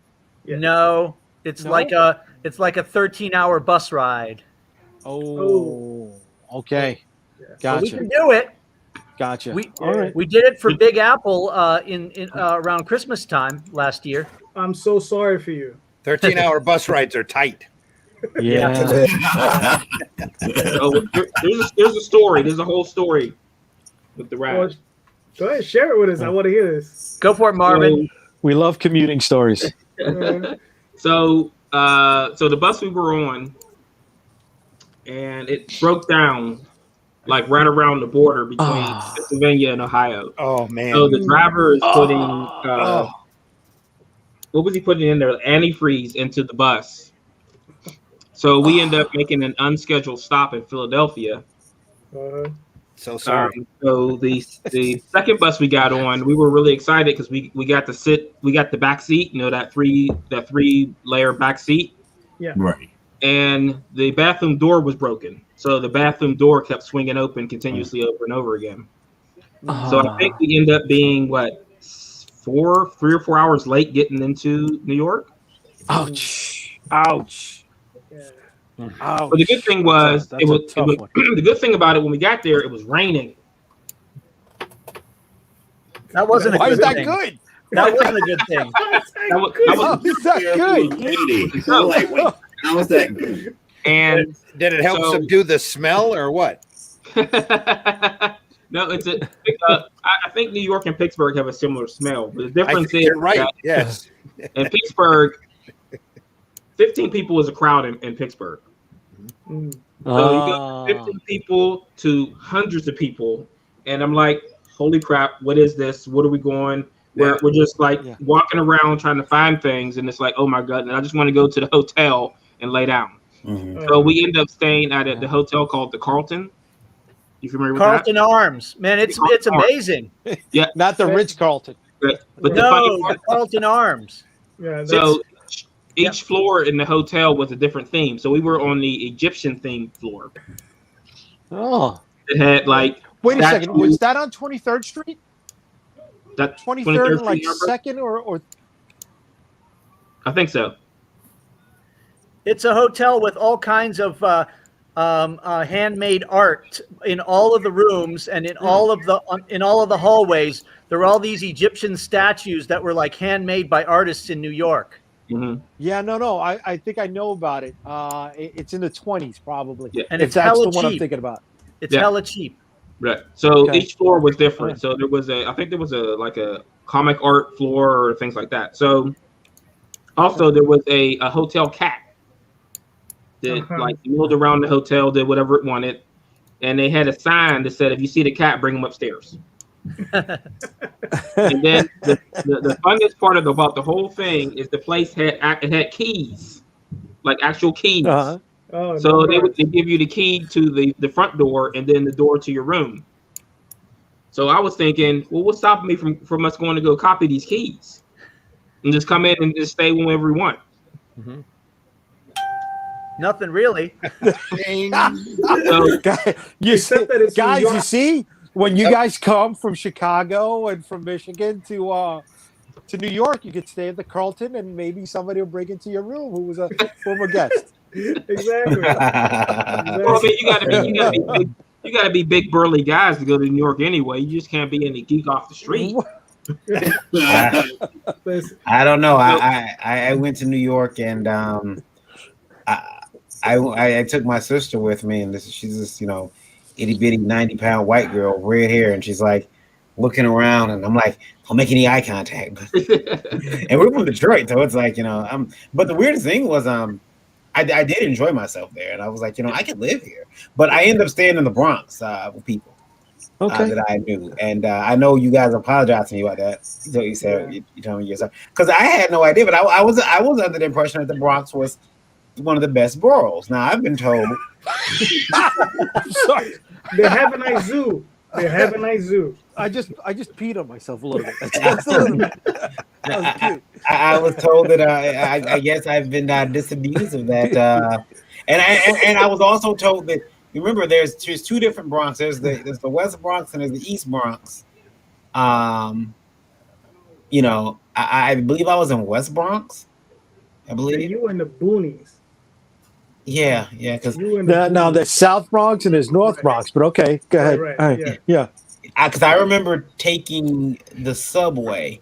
Dude, that doesn't help. I mean, I took subway. There's almost 30 different lines. You know? Yeah, I remember getting to Manhattan pretty quick.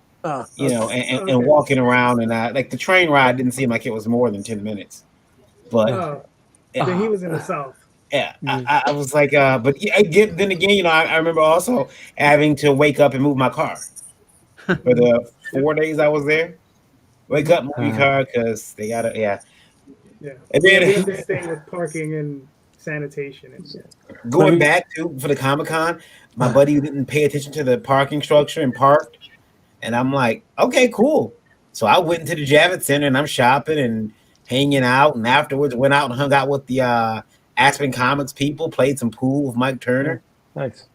Got back to the parking garage with my buddy. It's, you know, we still got our comic book bags, and he's like, I'm gonna go and get Tara. I'm like, yeah, I'm gonna wait here and smoke. I don't smoke. No. And because I knew he didn't look at that sign when he pulled in. He's used to our Michigan, you know, $10, maybe $15 max for parking. Right. Not in New York. No. That shit said $75, and I knew what it said. Yes. And so I stood outside of the garage, and I remember when he pulled up, he had the most sour look on his face when he pulled out of the garage. It was like, I mean, his face was tight. Well, dude, you got to know if you're traveling for cons, right? You got to minimize expenses. Joe, when I did C2E2, there was no way I was going to park at the McCormick Center, right? Or anything around it. I stayed in Chinatown, so that was like a mile walk. I don't know how well you know that area, but not far from the McCormick.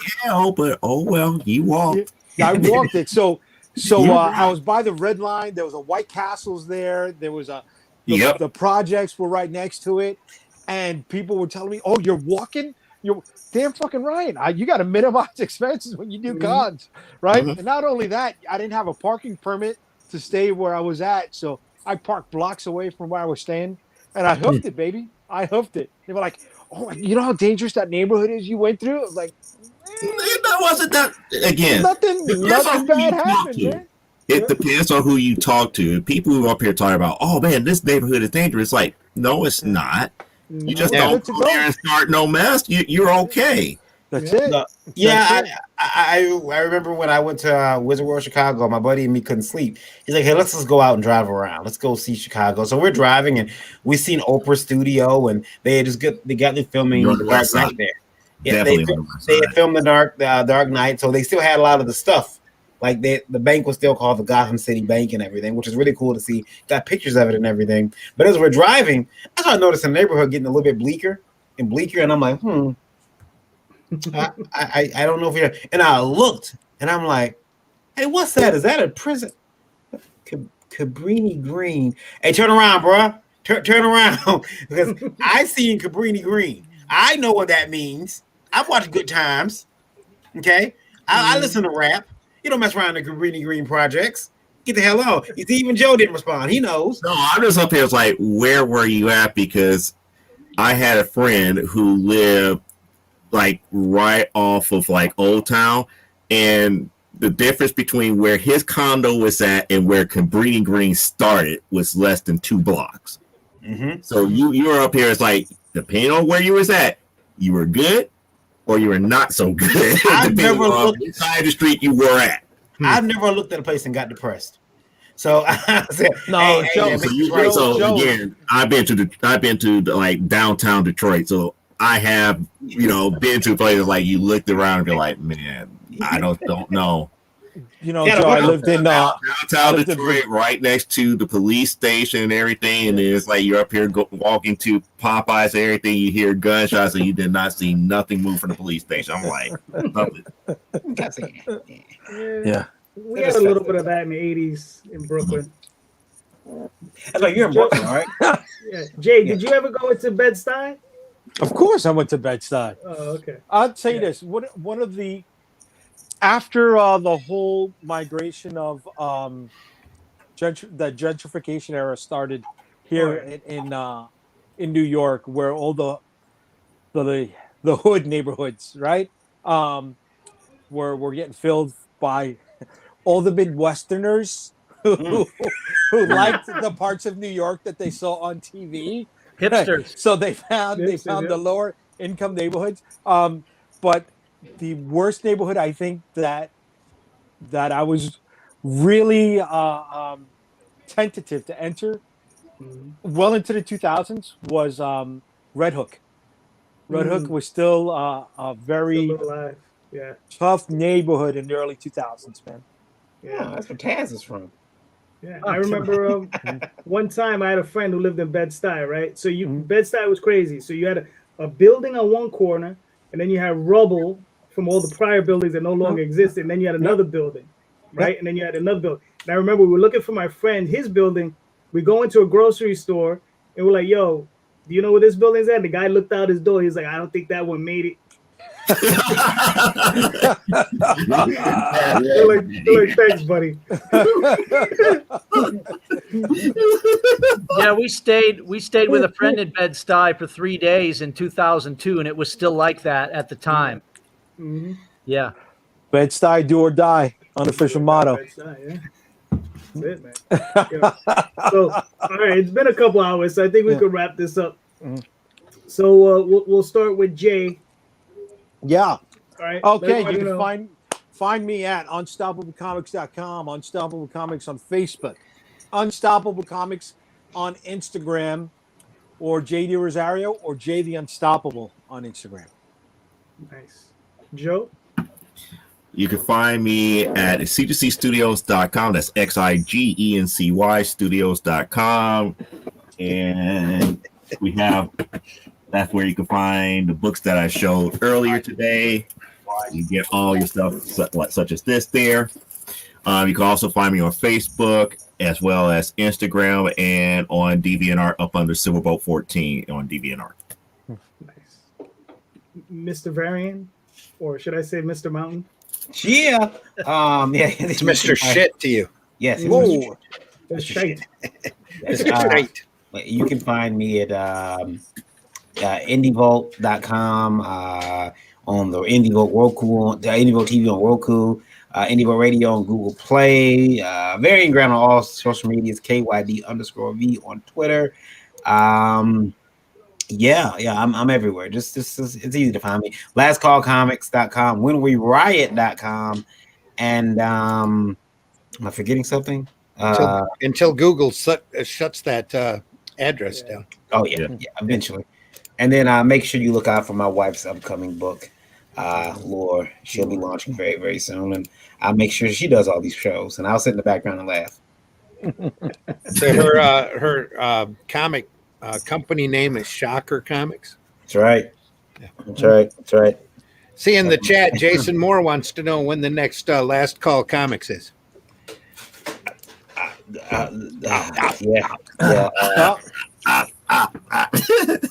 King Shitterfuck. Yeah, that's it. That's the new one. King Shitterfuck Mountain. He has to rescue Fuck Mountain from the clutches of gentrification. He's currently working on the first issue of Gorilla Milk Funnies. Yeah. Yeah. And the California water omelet. Yeah. I almost had the Toledo omelet. I don't know what the hell a Toledo omelet is, but I'm pretty sure I know one. Sure, we can make something up. Yeah. You know a Toledo omelet, huh? Yeah. All right, Marvin. Toledo omelet. Toledo omelet. Marvin, where can they see you and your work? At The Edge Comic on Facebook and on Instagram, and at Marvin Wynn on Twitter. All right, cool. Heroinberg.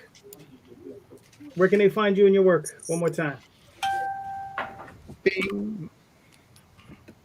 Hey, so you can find us on heroinberg.com, HEROINEBURGH.com. You can download our videos. You can purchase our comics from the site or go to one of the 100 stores listed on the website.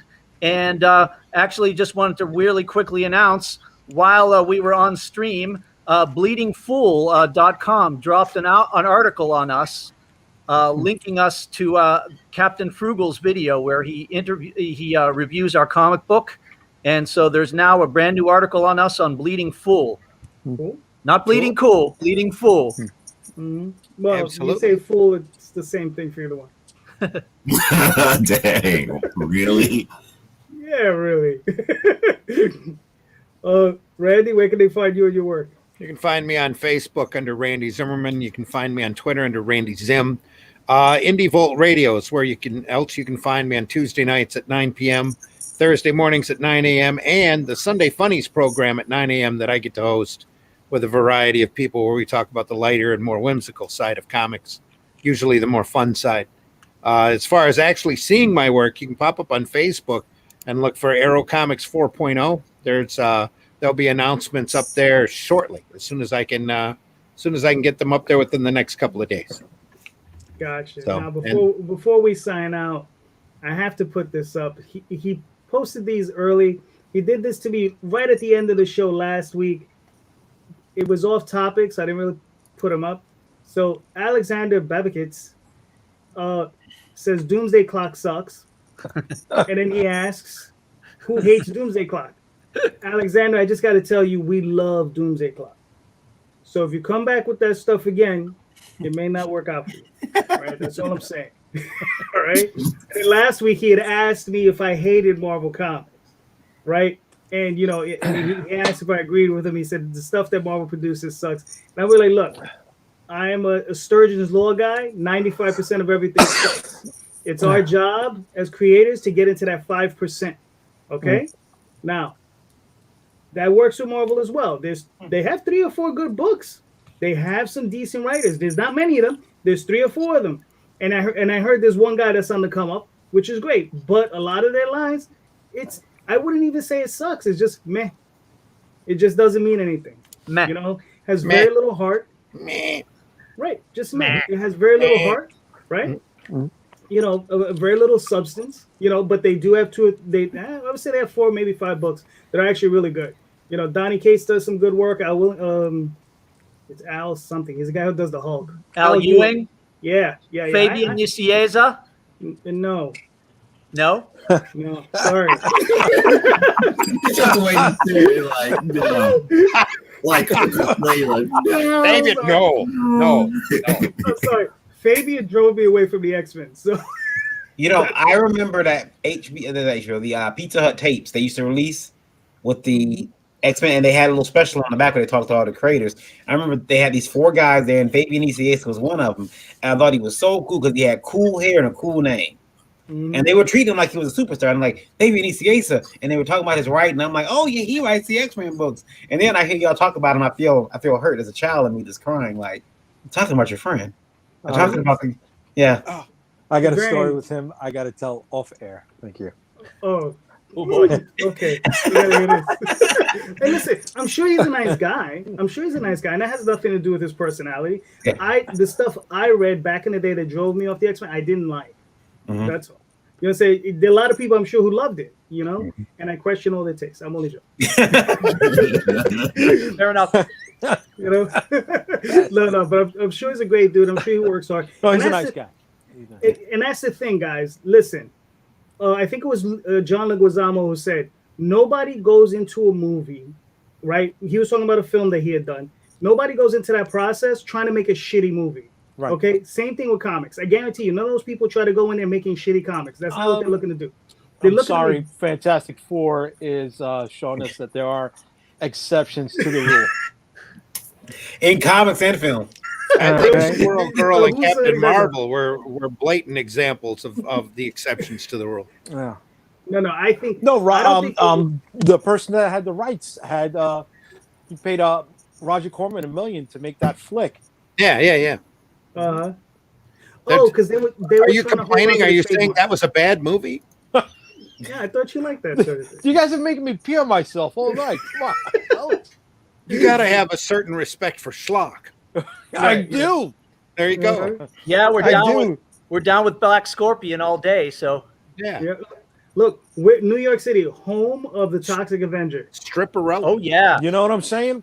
Trauma Mhm. right there by Columbus Circle. What was Oh, it? yeah. 57, Yep. 50, 56, 57? Yeah.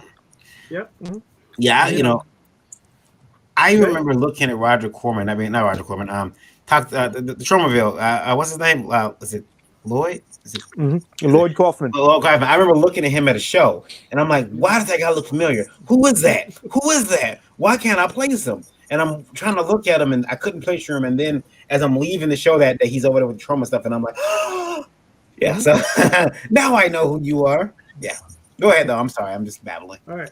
Well, no. So that's it. You know, I don't think they're out there trying to make bad comics. It just winds up that way. You know, I blame editorial personally because I think they're the ones that they're the ones that are guiding the ship, and they're the ones really leading those writers down the wrong lines. So that's on them. But they do have some good books, you know, and the few that are good are really good. So that's it. So thank you so much, everybody. And and my name's JD Calderon. You can find me on Facebook on the JD Calderon. You can find the Oswald Chronicles. There you go. Before I get screamed at by Joe, because Joe likes to scream at me. looks good.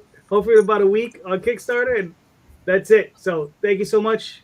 I'll be seeing you all soon. Have a good night. All right. Peace. Take care, everybody. Stay healthy. Thanks, gentlemen. Good. All right.